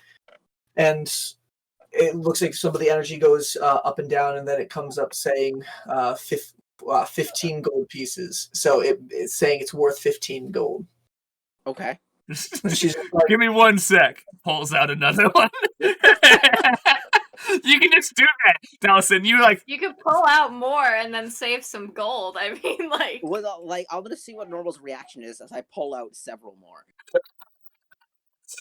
I game this system. Just like, are we paying for all our stuff now, guys? Arrows? and as you're doing that, Christiana kind of walks up close to you, and she's just like, strange device. And she like looks at your quiver. She's just like, may I look at it for a moment? Of course. It's not for sale, though. Nah, kid, beat it. She takes it, and she's just like, looks inside, and she's like, I can't even see the bottom. She's like, huh. It replicates, and she pulls her hand out, and she's like, you can see she pulls out another one of the ice ones. She reaches in there one time. It just keeps on being the ice one, because that's all that she knows that she's in there. It can endlessly replicate these things? It can. To my knowledge. It's a very useful item. Huh. And she writes out a notepad, and she's like, and then Normal's like, Christiana, we're not going to find it before he gets it. And she's like, we gotta find another one. I want to try to improve on this. Very well, but we have other things to do. Anyways, yes. There's a pile of these arrows on the floor, probably. No, like she's 20 like, on the floor. really curious. If you give that, seems like you have an endless supply of them. Let my colleagues study these, and we can call the remainder of your gold even. So wait, like in exchange for all of the arrows, I get the bag for free? No, just splitting the difference. Because she noticed in her head, she's like, he can do this infinitely. I'm not going to give him infinite money. So... She is not an idiot. So that's why he normally does this before he goes into the business. Yeah. He shows up with the pack of like 30 arrows tied in a nice neat bow. I'll just give her the gold I have then. Yep, and then Christiana scoops up the arrows that she took out of the pack, hands you back the Mobius quiver. And the bag of holding. And then the bag of holding, she gets all the gold inside. You see the gold counter dissipate, and then ting, goes off, and she's like, "Bag's yours." Thank you kindly. Useful little trinkets. And as she closes up hers. Thank you kindly. Cool. And I just gave one of my players access to creating an extra-dimensional portal. You also give him unlimited arrows that break the economy straight up. Also, is there an item in D&D Beyond for the new arrow that you gave me? Yes, it's called a rope arrow. Gotcha. Okay, thank you. Brian. Now that you go first. No, go ahead, Vicky. Okay.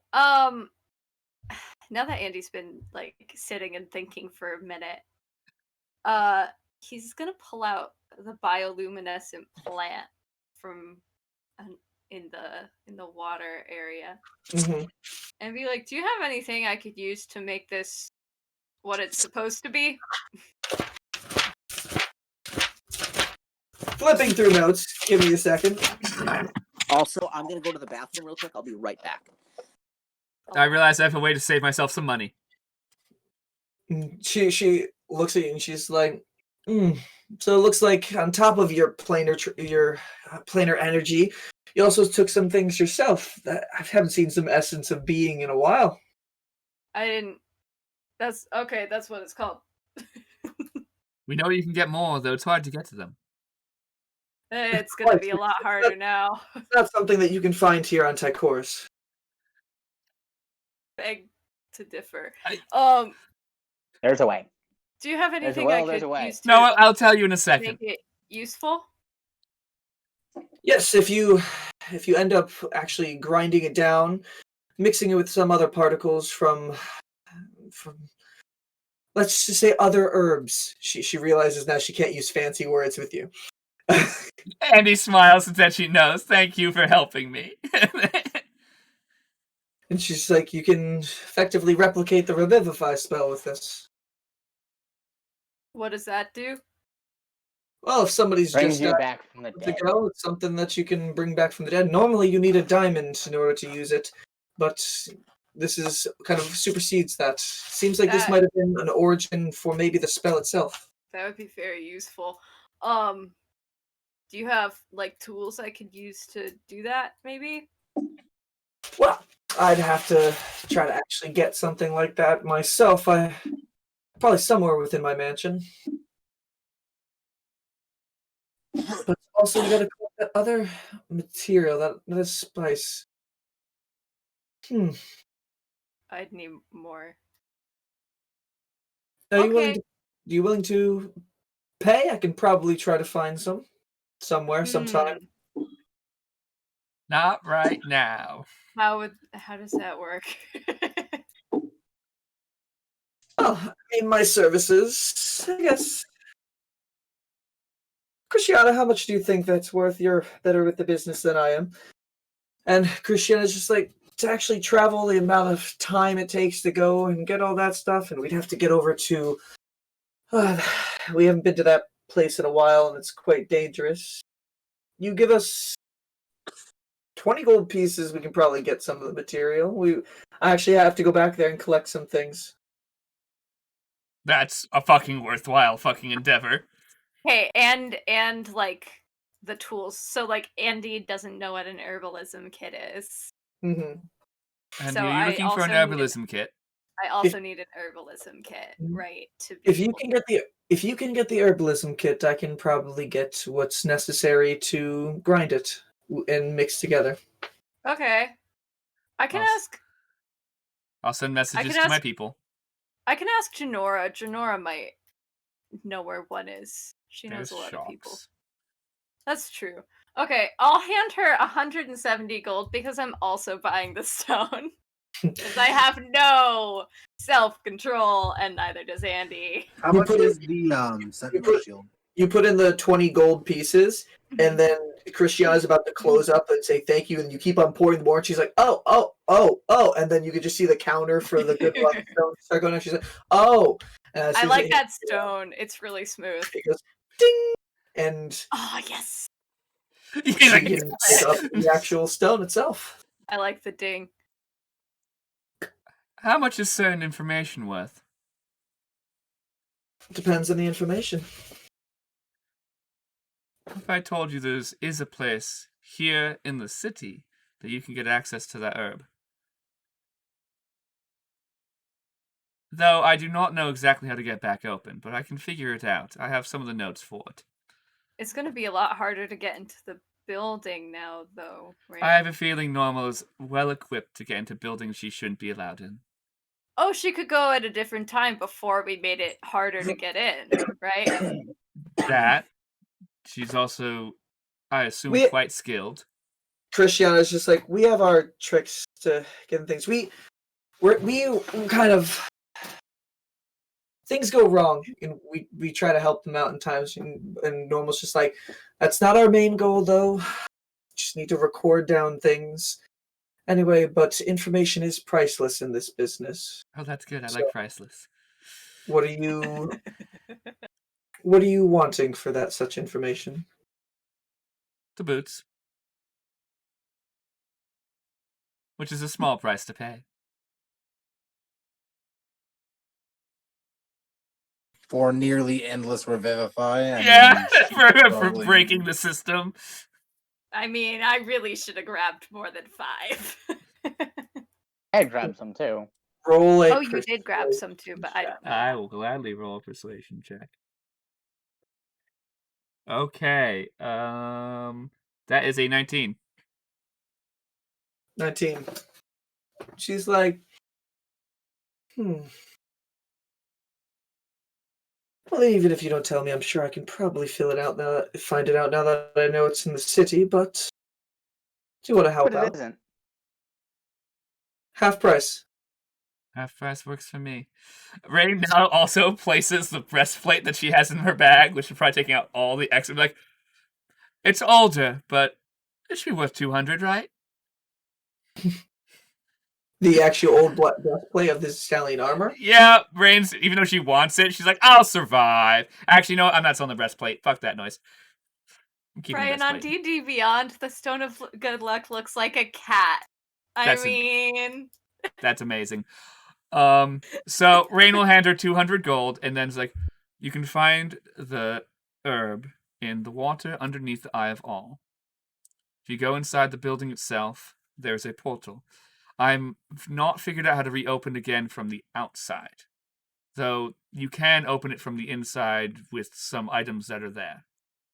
The Galloways. That's another name that keeps on coming up every once in a while. I didn't say Galloway, but she can figure that out. Yeah, no, you didn't say Galloway. All you said was Eye of All. And then so she's smart enough. I'm like, Galloways. Admittedly, right now, the security around there will be a little more stringent. Security's much and you can't get in there anymore from inside of it. Oh, you can find a way to get in, I guarantee. She has enough magic to get in. We do not. I can get into anywhere I want if I put in enough effort. That's why I'm telling you. Oh no, I'm just saying for right now, though. At least the way we got out, isn't accessible.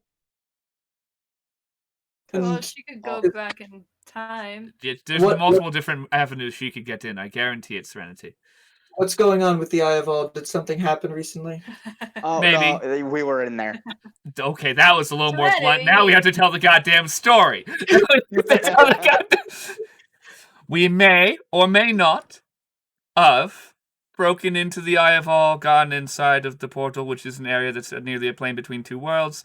Had dumbass over there, points to sea breeze, go through the portal into the water plane. Also, dumbass went through the portal to the other plane. And almost got stuck there. That would be the interplanar energy you're getting off of them. It was cool. Gets you the story, too. Does that give me a discount? Also, I don't need to breathe. Does that get her a discount?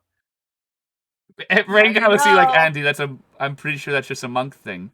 She said she wanted information. I gave her information. Oh, and free information is always lovely. And she's writing it down in her notepad. You didn't negotiate beforehand. That's why I realize this story is useless, but I can pray that she'll give me some discount. Because I just kind of blurted it out. Right, okay. Thank you for trying, Andy. So, Brian. Mm-hmm. How much is the Sentinel Shield, and what does it do? So above the Sentinel Shield, it says 200, right, 200 gold pieces, what I said? I'll hand her 200 gold. 200 gold pieces. And it's this brass shield that has a very lifelike depiction of an eye wide open on it. As you bring up that to her attention again, she's just like, it's something that helps you react quicker when you need to and be able to see better as long as you are holding it. Doesn't require any sort of attunement, but just it being on you gives you those types of advantages. Could it be on my back? It says, well, it's when holding it that it's when you're using it as a shield. If it was something that there was any type of attunement with, I'm sure there would be those abilities, but unfortunately, this item doesn't come with that type of ability. Okay. Only happens in the act of actually holding it on. Well, I only have 135. Well, what do you have to bargain? You got lots of stuff. You got lots of information to bargain with. Including, why were you in front of my shop the other day?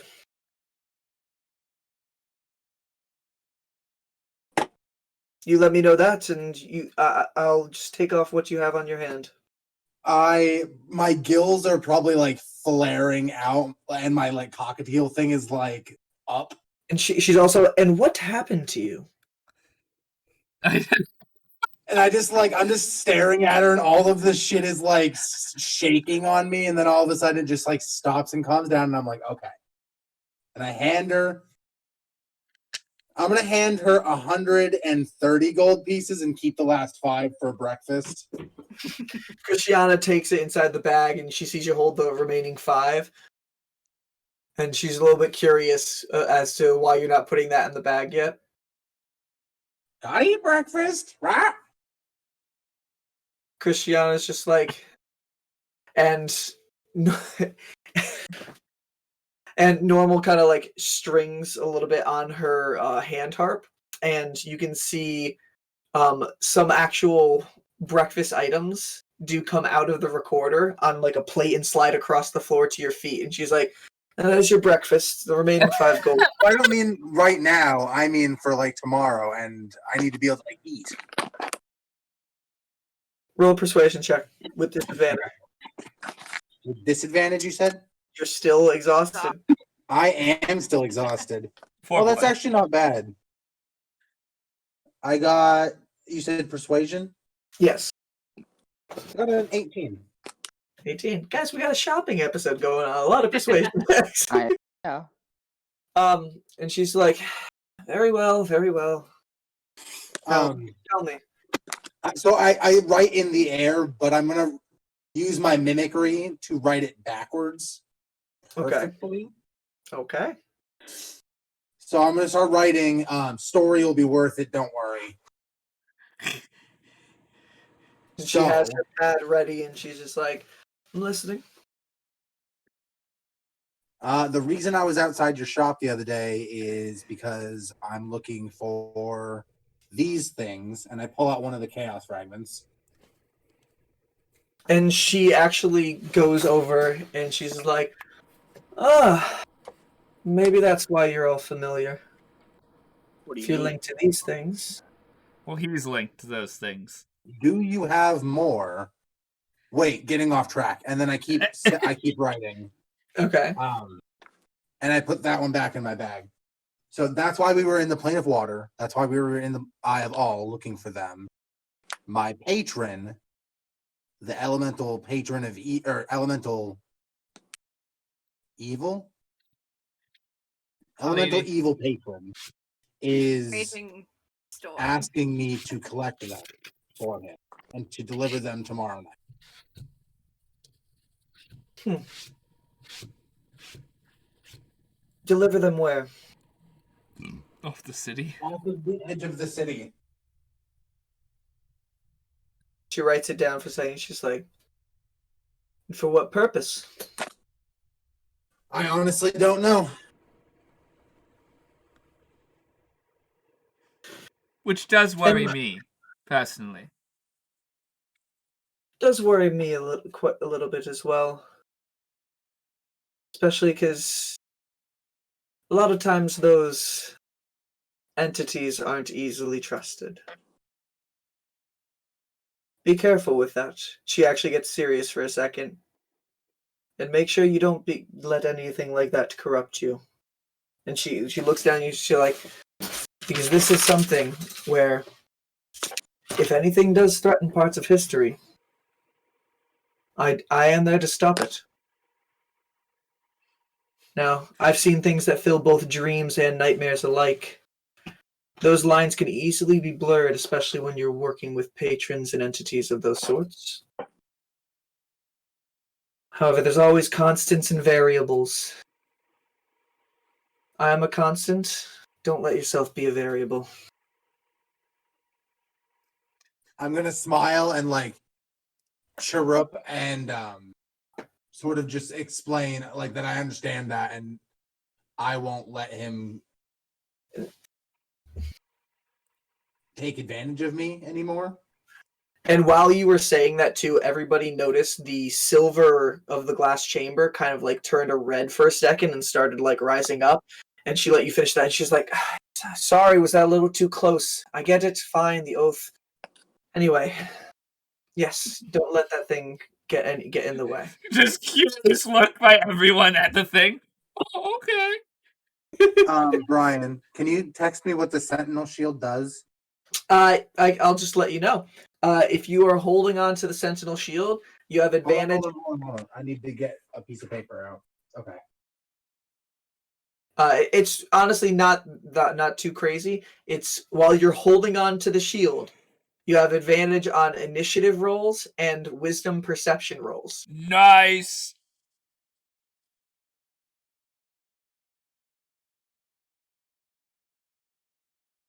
And that's perception, you said? Yeah, wisdom specifically perception, because you can do, depending on situations, you can do rolls with a different skill. It's wisdom perception checks. Yeah. That rely on sight. And it doesn't require me. It just requires you to it, so I can still use it. You just have to be holding on to it when the check is prompted. Okay, so I'm gonna set that on my back, and it's a +2 to my AC, right? As long as you are wielding the shield, it's a +2 to your AC. You have to be using right. You need to hold it in one arm to wield it. Yep. This stone of good luck is fucking crazy, Brian. Yeah, I know, it's a great item. Why was it only 150 gold? Because they didn't care about it that much. That's like nothing. She's got an interdimensional storage space. She probably has dozens like of a lot of them. Yeah, that's true. That's true. I wonder if you could attune to like 10 of these at once. He says, like looking at it. And she breaks from conversation for a second. I wouldn't recommend trying to attune to multiple items like that. It could result in death. Oh, okay. Andy, what? I guess it's good I only have one. And I'm sure you know, but reincarnation is not the funnest process. It can get a little bit tricky. No, yeah, it sucks. Okay. Well, is there anything else any of you are interested in? I take a look around the shop. I need to look at I'm gonna look for an herbalism kit because I feel like there's probably one in here. Roll an investigation check. You got it, Brian. I'm bad at those. Rain is going to look at what weapons she has in terms of daggers, sword, small knives, throwing knives, kunai if she has any regular ones. I'm using the skeleton. I'm gonna look for her through her outfits. Okay. Damn it. 6. Or Andy. Unfortunately, you're not able to find a herbalism kit. Brian, Serenity, you notice she doesn't necessarily have a clothing section here, but she does have a lot of like, yeah, she does have like fabrics and linens and stuff like that for sale as well for those types of things. Weaponry, Rain, as you're lining one particular part of her shelf, you see daggers and swords and such in fashions that you really haven't seen in Zistalian society before. Just different styles, different colorations, different shapes of the actual blades. To the point where if you, Conlin, want any particular style sword, it's probably there. Rain doesn't need a special sword. She really just wants some fancy, like a fancy throwing knife or something like that, or a dagger in a nice holster that she can put on her hip. She's just looking for shit that she can easily hide.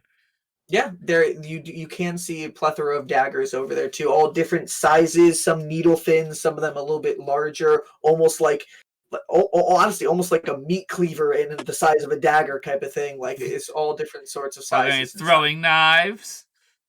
There are like a set of throwing knives. There is a set of throwing knives. Rain will purchase a set of throwing knives.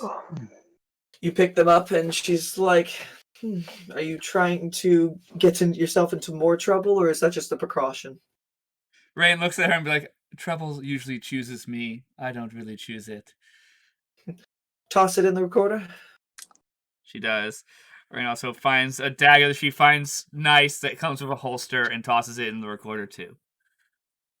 And like I said, if you want a particular design, otherwise I'll come up with the fancy design. Just come with the fancy design. We can discuss it next weekend. It's not important right now. Yeah. I suppose next weekend will probably be another split session. Mm-hmm. That'll be our third weekend on the second weekend doing a triple session weekend. Oh God. You see 2 gold pieces and 2 silver pieces come up on the screen. Okay.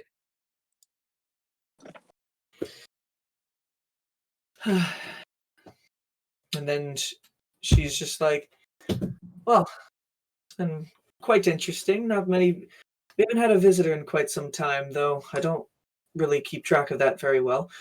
But I'm intrigued. If this is the first time I'm meeting you. Bye, Callum. He'll be back. Rain's like, no, you said this is not the first time that you've met us, but this is the first time we have met you. Well, like I said, you all look glaringly familiar, but the problem is, when being around something like the recorder, sometimes it allows access of some of its storage to pass off subconsciously. And sometimes it steals information subconsciously that I can't access anymore. And she's like, so it's quite entirely possible I have met you before and forgotten, or will meet you and are realizing it right now. So let me see if I can understand this. You're saying Delson's like, wait, what? Delson, who's not stupid, is like, I can't do this. This is a lot. I'm gonna hold out the rope arrow that I got from it. And you're saying that a future version of me put this in here? And she's just like, why, yes, it says Shadow on it. I know that's who you are. What? What? What? How do you know that? Is he dressed? Are you dressed? Leaking information from the recorder. I just said that. It's something that passed along. It's interesting. And I never expected to see you over here. You've quite an interesting legacy, if records say records hold true. In this version of reality, at least. Me? Records shall hold true. Shadow is an interesting name. It's definitely got a blip on the radar. my echo is going to step out of me. And Christiana looks over and she kind of walks over to it and she kind of like starts like actually trying to feel the form of your shadow itself. When she does touch it, it's solid, but it kind of like smokes off for a second. Now, I've never had anyone I could talk to about this, but can you explain how or why I'm able to do this? She's sighs and she thinks for a second. She's like, well, how do I explain this? Magic is still in its infancy in here. There's some magics that have been discovered already, yet there's still some that are being discovered as there is. There's dunamantic magic, there's displacement magic, there's all different types of magic out there. And like I said, your little Sandy friend over there, Andy, is covered in displacement energy. This means that this creature has one time been pulled and placed from somewhere else. Do what you can do there. I've only seen a few do it before, but it is a form of dunamantic magic. Quite interesting. Not much is known about it, and quite frankly, not many over time are able to use such a thing, so it's a rare gift. I surmised at least that I've never seen anyone do the things I can do. It's all related to... She's thinking for a second, she's like... Christiana goes, give it a sec, she sometimes needs to try to dumb things down for me, too. Ooh, I want to hear the smart version. Come on. Oh, that was a little insulting even for Rain. As displacement magic works with moving things from one place to other, dunamantic is often warping, controlling, and almost doubling at times. There's a lot more practicality to it as well, but yours ends up actually letting you to create a copy of yourself. It's basically taking the magic to split the matter and almost make a different form of yourself. Interesting. That is cool. I appreciate your... It isn't always necessarily something controlled, and I'd be a little bit cautious as well. Sometimes things like that get a mind of their own. I've had a double before as well. Didn't end up well. Well, and you can see the shadow version of yourself kind of looks at you and kind of like smiles for a second. You note, and you kind of put it together. It hasn't always mirrored you. It's done things that like you didn't tell it to do, with expression wise, sometimes with some actions. So it kind of does resonate with your recent memory of what you've been trying to figure out about this in the year that you've had, the time that you've had this ability. Okay. Well, I appreciate your wisdom, Normal. Of course, and well, if this is, and then in the middle of that, you guys, everything starts kind of like lighting up red, and you guys hear like through the actual shop, and she's just like, what is this? And she ends up like shoving some of you out of the way to get up to the recorder, and Christiana gets up there as well, and she kind of like starts moving things around. She's just like, oh, really? And that's going to happen tomorrow. An elemental made out of the particles of tree branches mixed with grass blockers near Ladris. Christiana, come on, grab the scanner. All of you, out. Seems like some old friends of mine are starting to stir up trouble. Best we analyze this data like we promised, Christina, even though some interdimensional storage devices refuses to release this information I already redeemed in the future. And she's like, out, please, all of you. And she's kind of like starts shoving a little bit as she's going. Okay. And Christiana's just like, as Christiana's helping us, she's just like, Normal, I never made that promise. And she's like, must have been Zaxel then. Sorry, a lot of you. And as she gets you all out the door, that keep dying. As she gets you all out the front door, she's like, be careful out there. seems like you guys might be linked to something as well. I look curious to see where I meet you again. And then she closes the doors behind her. You guys can still see the red flaring on the inside as the alarm's going off.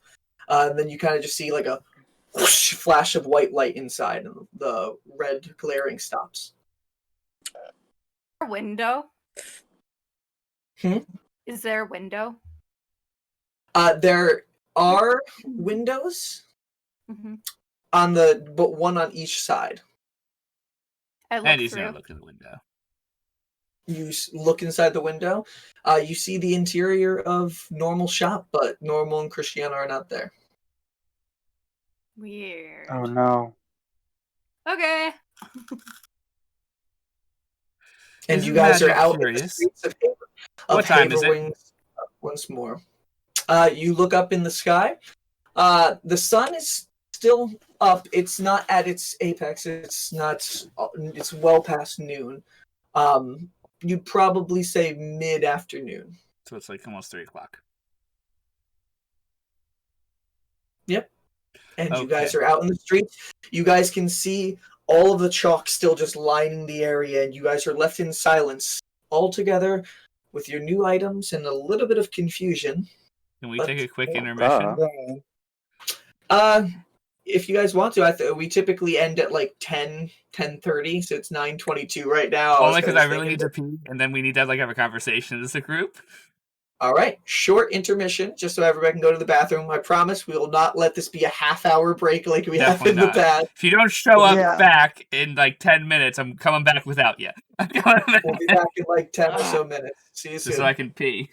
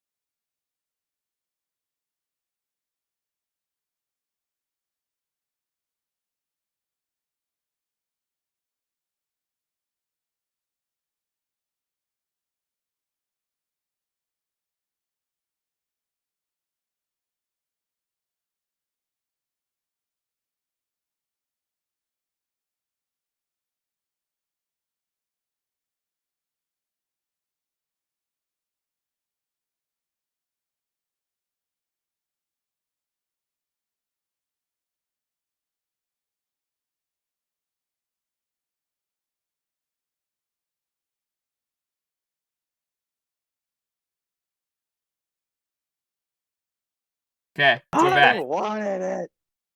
Hello. Hi, We guys. return with one less person. Callum had to go. But you know, But we don't have like a half-hour session left, so it's fine. such is adult life right here. But yeah, we continue out as you guys were shooed out of normal shop very quickly as an alarm was blaring and a flash of white light went off. Andy looked inside and saw they're no longer there. You guys are out on the street, the chalk-filled streets. Now with some chalk smeared from the areas where there was banana cream and pumpkin and all sorts of filling around on the ground. But it is quiet, it's ominous, and you guys just see some wind just blowing some trash floating through the streets a little bit through, and you're by yourselves. Yeah, I just say bye recorder through the window as we leave. Okay, we need a plan for the rest of our day.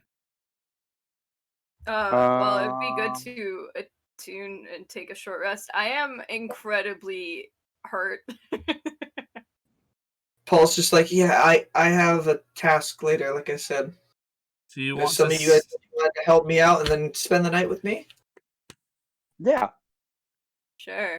Sounds like a good old plan. Do you have enough room for all of us? I can make room. There's a lot of space in my home. It'd be nice to show you the place, Andy.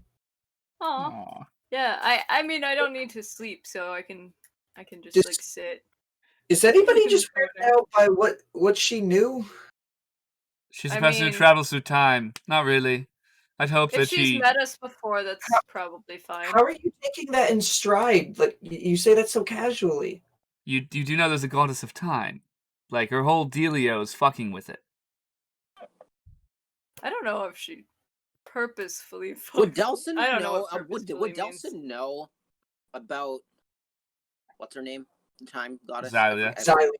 You would know who Xylia is. You know the name Xylia, but there is no recorded knowledge of Xylia making people travel through time. Brains is making a huge assumption, but like it's a reasonable one. You're making a very meta reasonable assumption. Yeah. Well, duh. Well, the woman made time start, and that's recorded. So Rain's like, if you can make time start, let's be honest here. Paul, I think you definitely was implying that we're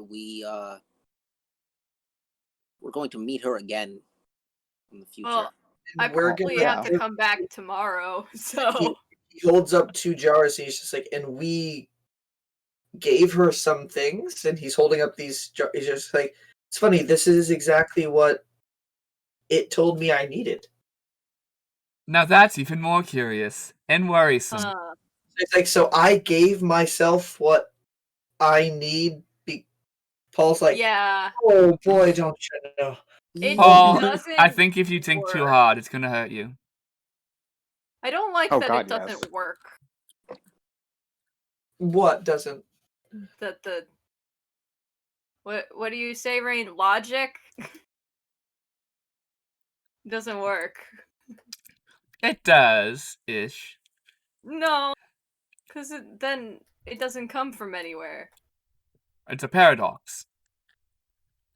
So paradoxes exist, or at least they exist in storytelling. I didn't know they existed in real life until today, but life gets curiouser and curiouser. Yeah. She knew about this thing in my head. She knew its name. She probably has come it said its name with it. She said its name was Fate's Favor. Did you not know its name? I didn't know it had an official name. It told me it's linked to fate. I heard the name Contamination, but I'm guessing it's probably. Go. Is contamination good? The word? No. Not usually. Yeah, the word usually means corrupted. Corrupted didn't help you. Corrupted. Oh shit. Rain this thinks back to normal trying to explain it to people before. Be like, oh, I know. She knew how she felt. That's why she wanted the smart version. That's why she wanted just to be a pain in the ass. Rain's like, it just means that you're potentially, I don't know the context. It usually means something has been dirtied. the context can change how severe that is, whether it be your fur is contaminated with mud, or currently sand, or more severe where it goes down to your soul. Looks at Paul. Like him. Oh, I mean, right now it's just his skin, right? I have a feeling not. Not entirely sure about that one. Paul's now very worried about his existence. I don't know. Paul's really nice. I never said Paul wasn't nice. Yes. Paul's not the problem here. But doesn't mean what he has is very nice. Paul is not the problem here. I'm not considering him the problem here. Well, what happens when contamination itself wants to get rid of a contamination? Now you're asking great questions that I do not have answers for. I only can assume they're rivals. He's like, you're not supposed to be telling us these things, are you? It just said it's fine. He thinks none of you are too important. Time will tell that. Isn't that what Normal said? It's actually, yeah, she very vividly said that we're all pretty blatant blips on the radar. Radar's not saying I can't say that. I can't say. CB's is like, we are remotely important. She said we're blips. Blips means importance if she wants our stories. Apparently, part of what I need to do says it's planning on asking another Linkovitz to do something in regard to some sort of thing that's existing down in the pipeline. It doesn't like what it's done. It wants me to help set things up to get rid of it. Well, that sounds quite curious, and it's your choice if that's good or bad. I know the pipeline's a bad place to be, but I've never spent much time there, as I prefer being alive. I just need to hand something off, really. But these, and he holds up the two glowing jars for a second. He's just like, it feels like it's the right thing. I mean, it's getting rid of something contaminating the city underground, or maybe. Well, the curiosity is, are you helping the wrong thing? I don't know, but it feels good. Well, there's only one way to find out. By the time you know, it'll be too late. He turns and he's just like, Andy, Breeze, Serenity, do you mind helping me with it? I mean, I'm a little bit nervous. Well, if it's I don't want you to die, so fuck it. Be careful if you're going down to the pipeline. It's a dangerous area. Lots of gangs. And then worse, probably. And he says, I don't think I need to go too far into the pipeline, just a little bit. There's an entrance near in the rising wing that I need to go down through. Okay.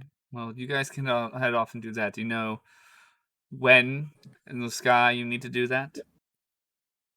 It's supposed to be sometime around when the sun's setting. Okay, so that's a couple hours. Good. I'd really like to rest first. How about we sit, get a late lunch, that and pie then kicked my ass. Let's sit, get a late lunch, and split after that. My lunch sounds like a plan.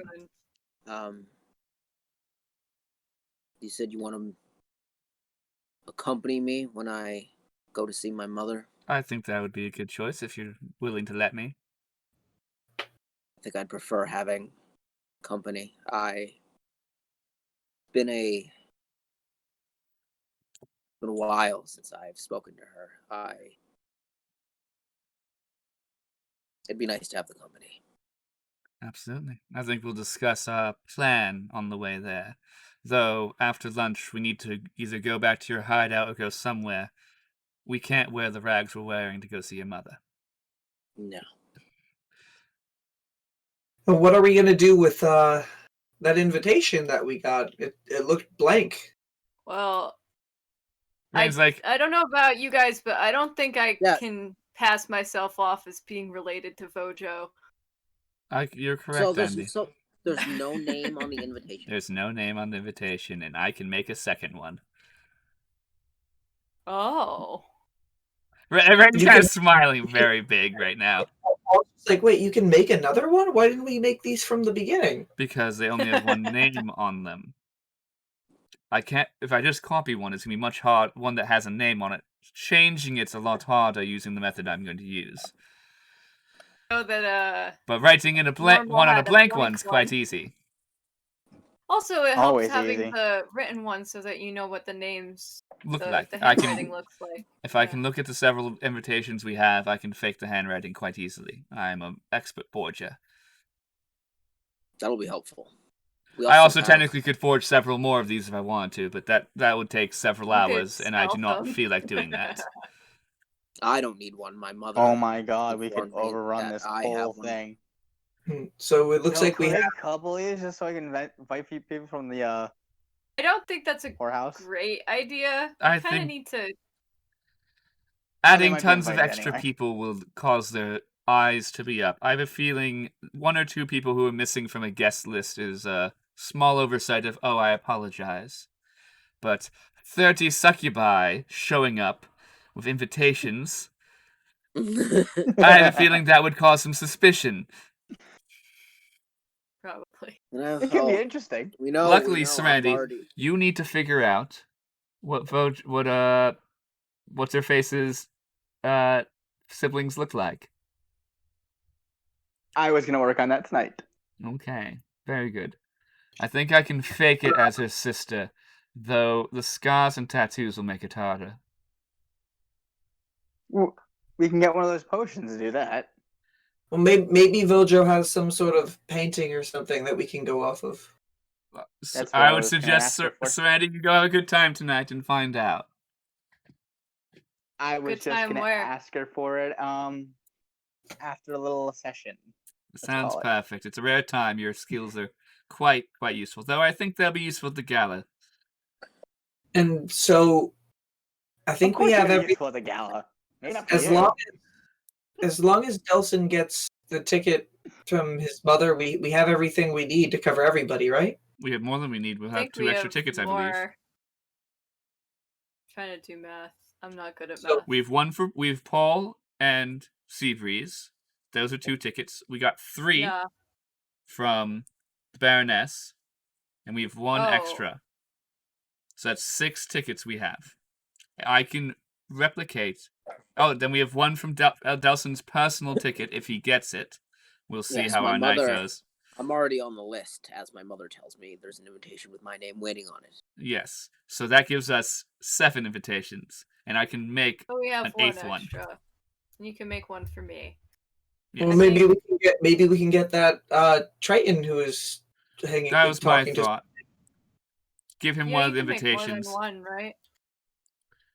I can make one for you, Andy, and I haven't decided if I'll make my personal one so I don't have to fake being her sister or not. That way it decreases how much work I have to do in terms of my makeup. How did everything I'd rather look like me going into the gala. How did everything go at Otto's? It went well. We got our invitations. We got more intel. We know the layout of the building better. Okay. Vojo was very happy for what we did. She let us all drink some potions, and I got this magic that I can use now. More magic. Cool. What can you do? It's 1 use, Paul. It looked like he was about to for a second, and then you're like, and Paul's like, right. But yeah, she also invited us to go to the Rainbow Tabaxi tonight to celebrate. Yes. Have I been to the Rainbow You've been to the Rainbow Tabaxi. Is it a place that Andy particularly enjoys? Like it's a dance club, yeah. Nice place? It's a dance club. Okay. Andy probably loves it. It's got probably the best thaumaturgists in the city that you've seen. I love that place. They're so good. I suggest she's willing to have a room for all of like a suite for all of us to celebrate and whatnot. Is she gonna be there? Probably. Yes, it sounds like it. You'll have to tolerate that, Andy. I'm sorry. Hope that she's in for a different type of fairy at the time. I mean, there's a lot of really hot people at that club, so I think she'll be fine then. As stated, I say we should meet there after our dinners So I think that'd be really fun. Actually, we could all have a couple night hours off. past the sundown. Dance. When was I supposed to meet my mother again? Your mother said come by sometime to chat. Like, she didn't say a specific time. She was inviting you to come over, and she'll get food ready to have a talk with you. It was very much like inviting, but also like, Delson, come home, kind of thing. I would suggest that you said as soon as we break from here, you send a quick link saying, "I'll be there for dinner." Okay. I think you guys may Please have make sure already father done is that last not present. session. Did we? I don't think I did. I think you guys may have already done that last session. I don't want to metagame. We're this game, gonna remember, redo but it just in think you did. case. I remember you guys telling Peach to send a message to somebody, and I don't remember. That was misfortune. That was okay.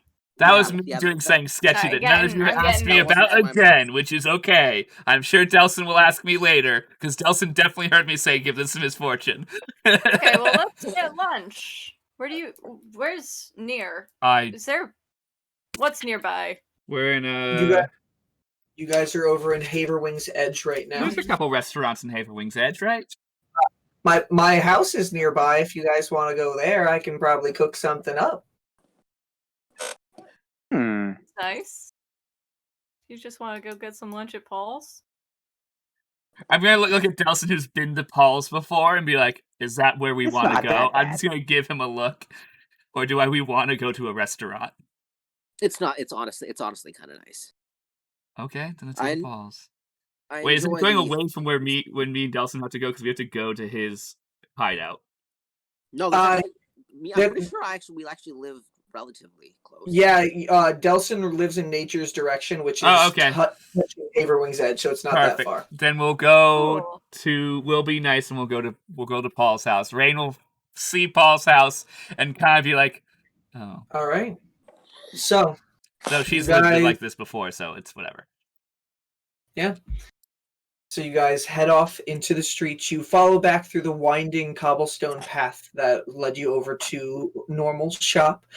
Slowly, you do get past the area where there's chalk and there's a lot more people walking throughout the streets. You can see the same shops, the stalls lining the streets. People minding their own business, just going about their day, not knowing that several dozen feet away from them, they could have met their doom if it wasn't for all of you against that Pie Tyrant. That's why she was a little angry. But Rain's is like, whatever. You don't have the patience to do it. I kind of liked fighting that giant pie. Bullshit.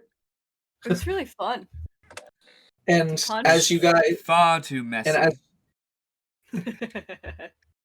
And as you guys are heading over, you guys follow through the streets of Haverwing's Edge. You can still see guard presence is still pretty heavy, but not really too much. A little bit more than normal, what you'd expect here in Haverwing's Edge, but not too much. Go look on them.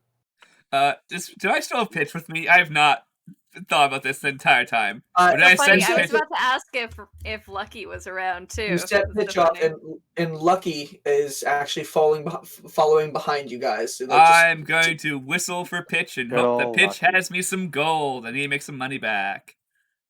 Okay. So you whistle for Pitch, and as Pitch, I know it will take until we probably get to Paul's for Pitch to find me and show up. I need to make some gold back, Brian. This bird is probably magic for the fact that it can find you in this giant city when we teleport to the other side. That's pretty fitting there. So as you guys do get out to the main street of Haverwing's Edge and get out to that square, Pitch does come flying down. She kind of like little bit like doesn't look excited, has a small pouch in its mouth. I'm sorry, I rolled with advantage, which I do all the time with Pitch for these, and Pitch got a nat 1 and a natural 3. Aww. So, oh god, Pitch found you 5 gold pieces, a small pouch. Is Pitch a boy bird or a girl bird? I think we figured that out back in session 2, and I didn't write it down, so we will go back. But I will. I don't know how you pet a bird. I'm sure Rain has figured this out. Pitch seems to like just a little light rub. As I reiterate, Rain will do head or a light rub on its beak. I say Rain will do that kindly, and be like, it's okay. We don't win all of them. Aww. And I will let Pitch come with me until we eat food and let Pitch eat. I'm sure we can find some seed for the bird. All right. Ray didn't you guys meat, actually. Then fine, that's even better. I'm sure Paul has meat. Yeah. Also, they can eat like a lot of stuff, but meat's good for them. Yeah, aren't they omnivores? Yeah, but they don't really do seeds. This is Rain would know what Rain would know what the bird eats. I don't know what ravens eat. Okay. They do like nuts and like small animals and berries. You know. A nice mixture. I'm sure we can figure it out. Casual bird knowledge. And as you guys are walking through, you guys get to that center square. And you can see Paul Tixley. He's just like, it's that one over there. And he points to the third house down from the center. As you're walking in this direction, Rain, you notice and you look for the house that's at the direct center. And it's a house you've been to multiple times before. It's Oliver's house. Oliver's house is just standing there right at the direct center as Paul starts diverting off to the left. 2 houses down. That's funny. Rain's gonna kind of be like, huh. Oliver is his neighbor. Yeah, that's right. Rain's literally gonna go, huh, out loud, and just like the fact that we could have walked past each other tons of times. I kind of like look at Rain. Do I see where she's looking? You got to roll a perception check. You got it. You only hear the huh. Yeah, that's why I'm turning around, bud. If I'm correct, I don't think Oliver is there. Man, I'm rolling like Oliver's already left. Shit. Yesterday when we walked past Oliver's house and Rain looked at it. I didn't notice last time. This time I rolled a 13. I'd say that's enough to notice because Rain's not trying to stealthy. She's not hiding at all. Stopped, looked at the house and kind of like, huh. yeah, that's pretty much what she did. Huh. So and then just kept walking. As Serenity, Paul, and Delson were walking forward, them following Paul, Rain stopped. Andy, you looked behind and saw Rain stopped. Do you mention anything? Does the house look familiar to me? Not to you in particular. You've never met the occupant. Then I also go, and I walk forward. Rain's gonna after you like stop looking, you'd be like, "What?" She's gonna look at you a little like baffled. I'm already gone. I know. She's just like, you don't know who the fuck lives there. I'm very sure of it. All right, so other ex-boyfriend. Paul leads you all over to his house, 3 houses down from the one you have been staring at. It's a pretty simple wooden house.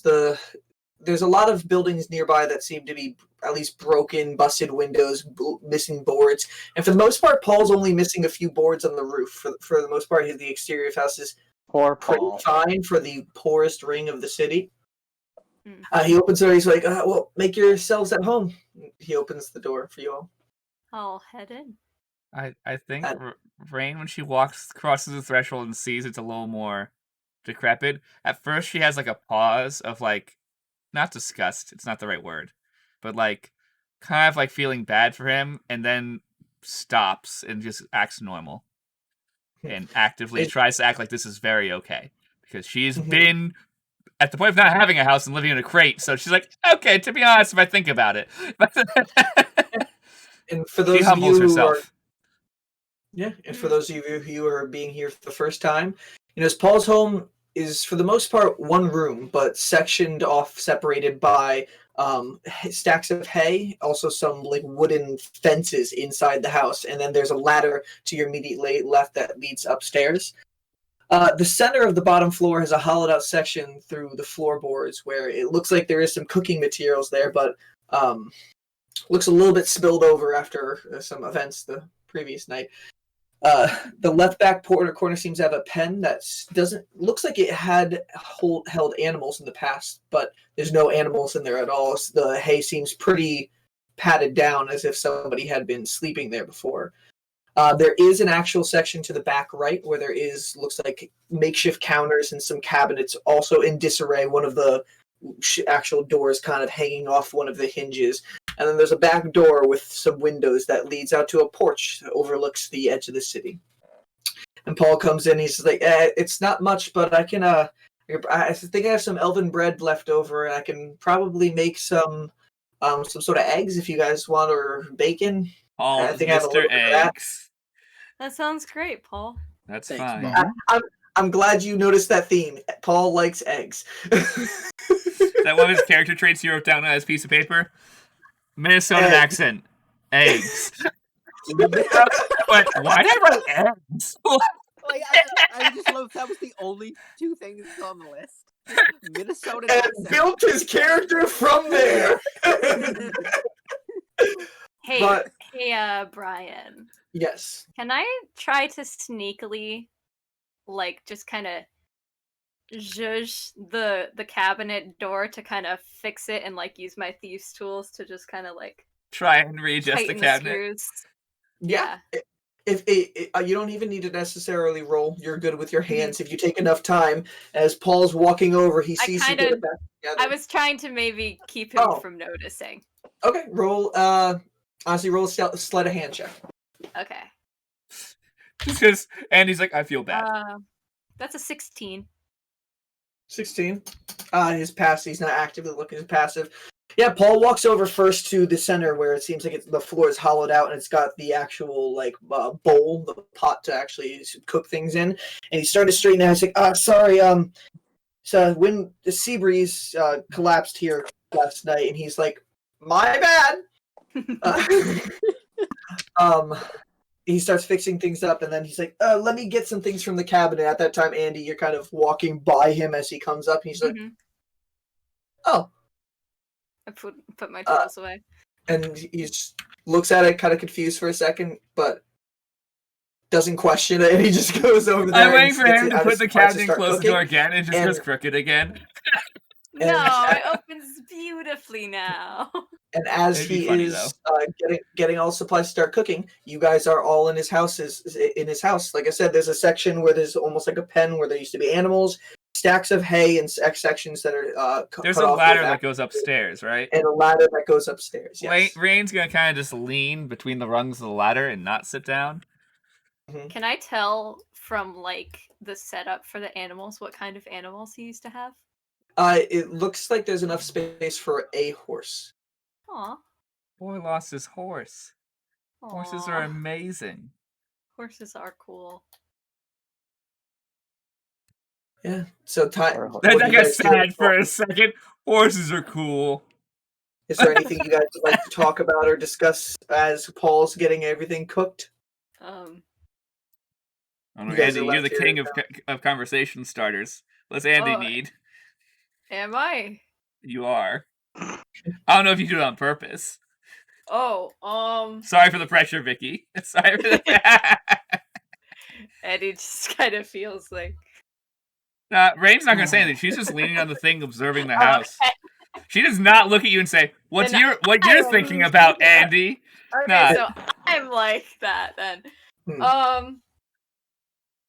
I'm just gonna be kind of rubbing the stone because I'm attempting to attune to it. So yeah, and I will also move things a little bit just for the fun of it too. It's a very smooth rock, but change my description. It's smooth rock, but shaped like the cat, like it is on D&D Beyond. So it's a cool thing. It's so cool. It's great for Andy. Paul comes back over and starts getting everything set on the actual skillet in the bowl, and he's just like. So for anybody who wants to stay the night, you can later tonight. I got 2 beds upstairs. I typically stay downstairs, and I can basically make beds with the amount of hay that I have here, so it can be comfortable. Hay is nice, actually. I like hay. Yeah, I got really used to hay in my life. Were you like a farmer one time or something? That's it. I only can think of He-Man right now. Right? I grew up a stable boy for a little bit until my parents left. Oh, They left the boy. So I've been around it all my life, but I made do with what I had. I got this place now, so like I said, anybody who wants you got a place to stay if you need to. I don't use the beds upstairs anymore, so you guys can. Sure. Yeah. Poor memories from upstairs. I don't need to sleep, but. Serenity asked that question, and he's like, "Things that I'm working on." Also, what time of day is it again? I'm sorry. By the time you're here, it's probably getting around close to 4 o'clock, roughly. Okay. That's the point, so we have enough time to get dressed. Mm-hmm. After our short rest, we'll have enough time to get dressed to go to your parents. And a short rest goes by as Paul gets everything together. I'll help him cook if he's cooking. Okay. Yeah. What do you do, Dustin? 3 HP. Ignore me. Okay. And a tune. So a short rest goes by of bacon, eggs, and some elven bread being served to you all. If you guys want to roll hit dice to restore HP, I'll let Callum know he also can, and you could also attune to any items that you wish to attune to. I've attuned. Ooh, I rolled an 8. Hell yeah. I've attuned to my boot speed. So that's... What was that, Andrew? I assume I don't need to attune to a bag of holding. No. That just is a thing. Do you start transferring your inventory over to the bag of holding? Yes, my bow is in there. My quiver is in there. I don't actually have my armor right now because I gave it to the armorer. Second. I'm pretty sure I did. Hold on. Yeah, to get studded. Yes.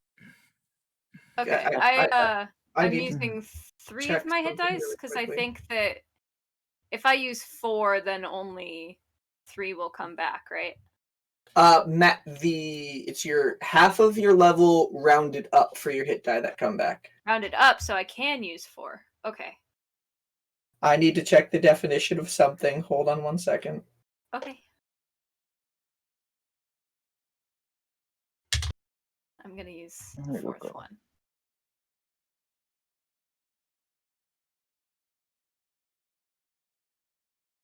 Oh boy. Oh boy. What?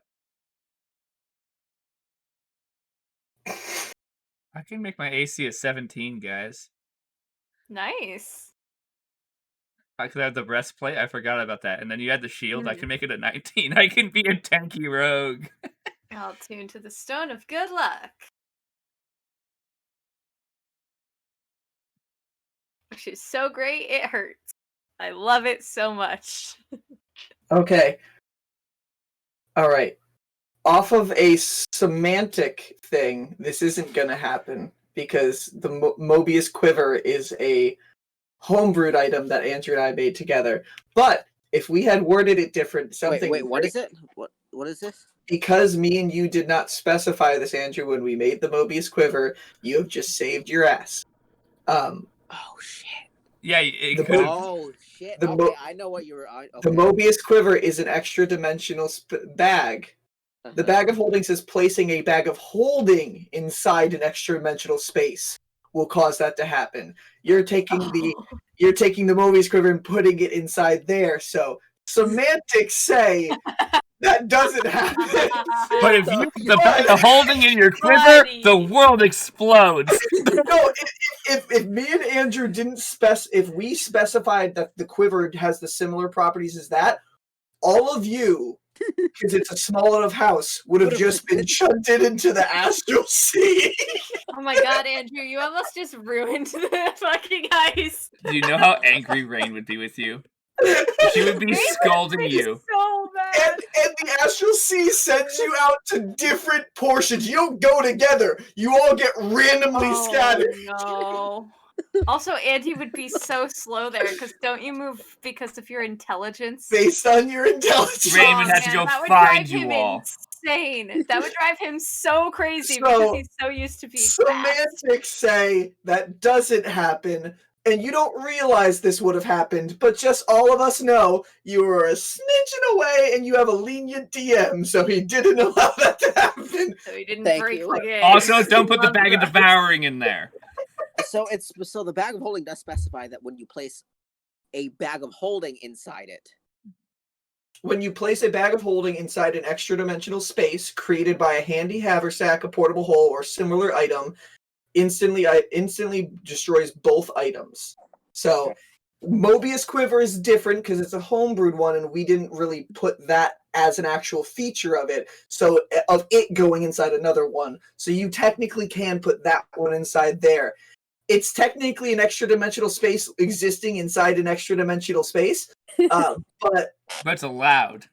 But it's allowed because the Mobius Quiver, because Brian doesn't want to break the game, and the because creator of the Mobius Quiver, which I have a rough background for that one, didn't put that into the actual physicality of it. So we're saved. But yes, okay. So the short rest is I was so excited for a second to be like, oh my god, do I have to end the session with them all getting shunted into the astral sea? Oh my god, imagine telling Callum that.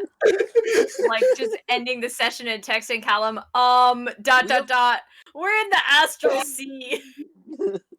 Rain, we have to go find all your dumbasses. I know. Also, Brian, now my passive perception is 17. I'm sorry, this isn't very entertaining for everybody, but this is just cool moment. Yeah, dude. Also, too, the Astral Sea, time moves differently in the Astral Sea. You would have missed the gala. Yeah. Oh yeah, Rain would have been pissed. The whole heist thing would have been, but Rain would have had to leave the city when she came back. Yeah, all right. I'm pretty sure the Liberator would want us dead. Carson would be so like, what the fuck happened? All right, so you guys finish up your short rest. You attune to the items that you want to attune to. You heal up the little bits you can, and have your meal. It's now approximately around, I'd say, it's getting close to 5 o'clock by the time everything's done with the short rest and everything. And Paul looks outside the window and he's just like, "Oh, it's about, I'd say maybe an hour and a half till sun sets before I need to do what I need to do. Are you gonna start splitting up now?" We have to split up now. Me and Delson need to go get ready. We need to dress appropriately. And with that, I will summon my Quickling. Okay. So you with the whistle that I'm gonna say it provided one in the letter to summon it back. And like my mother's Quickling, obviously. Yeah. You don't have your Quickling anymore. You lost that privilege. it won't be. I might be the only one with a Quickling. Yeah, I'll say that in the letter your mother gave you, it gave you a whistle to call a Quickling in case you wanted to arrange a meeting. So you do have one. It'll take a little bit of time for the Quickling to come. So is there any? But if there's anything you guys want to say, otherwise we just skip forward until the Quickling comes. I don't think so. Rain. All right. Yes, Andy. So those boots are really cool. Rain's already wearing them. Oh. If you want to borrow them for the gala for your outfit, that's fine. I feel kind of bad because I already bought boots. You just have 2 nice pairs of boots for the gala. I'm not wearing boots, I'm wearing heels. Oh, okay. So you're not going to wear them? No, I'm wearing heels. The boots don't exactly match my outfit. Could I maybe borrow them? Yeah, maybe, sure. Please? You'll be the fastest dancer in history. Oh my gosh, I'm gonna be so fast. Wait, I can't. Oh, I shouldn't use them while I dance. That's a bad idea. Everybody's gonna look at me. At this time, Quickling runs up to the door, and you hear a dum, dum, dum, dum, dum. Which one is closest to the door? Mr. Marthas? I will open the door. You're like, this is not my normal hangout. This is the same Quickling from before. He just looks up at you, looks behind the door. It is the same Quickling? It's the same Quickling. You do know this one you're guessing has been recently assigned to your family. It looks almost like a butler-esque attire, and it's got like a little like a black. Does he have a monocle? It doesn't have a monocle. He has a monocle, Brian. You get no fucking say in it. He has a monocle. Fine, he has a monocle. All I can I just say, I like your monocle. And in the actual fur coloration of the thing, it almost has like kind of like a black mustache kind of thing going around. And he's just like, Mr. Marthas, interesting to see you here. I see you made some friends. What's your name? I'm Andy. Have I met this Quickling before? Today? No. They first came to me. Recently, Quicklings have started is a somewhat newish kind of thing. At least they've been around, but they're starting to be assigned to families now. So you're assuming this is probably the one assigned to your family. So my family has you running around for them, huh? Yes, sir. Oh.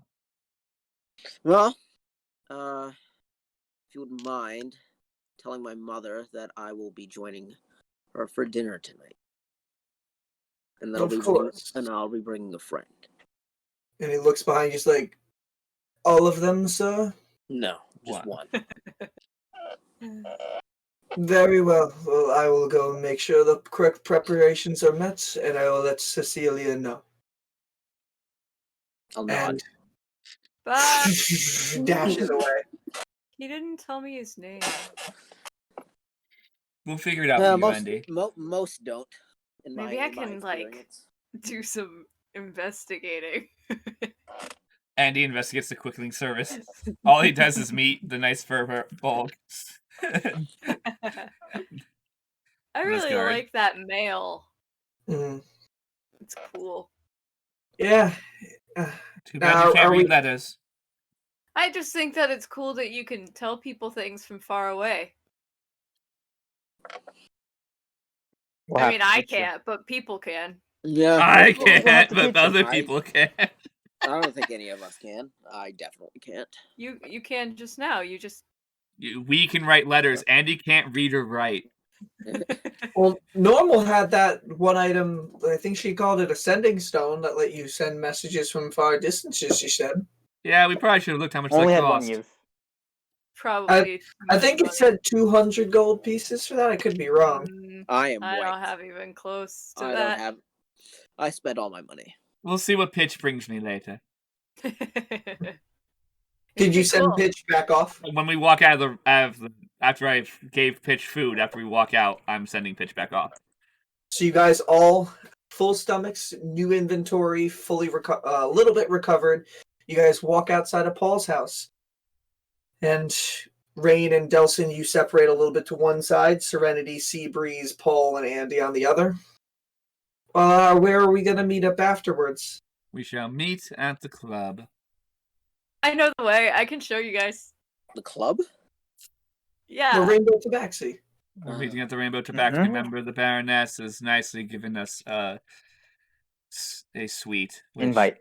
To be treated to a suite at such a nice club is worth the effort of the social interactions. Also, when were we supposed to pick up our stuff from the armor? Was that tomorrow?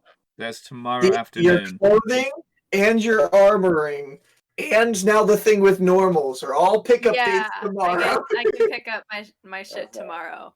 Okay. Oh, Paul. Yeah. Do you think on the way to the pipeline I can buy a herbalism kit or whatever? Oh, good luck to you as a group looking for an herbalism kit. You could probably find someone somewhere. I mean, we're going to I need to go into the pipeline from a somewhat.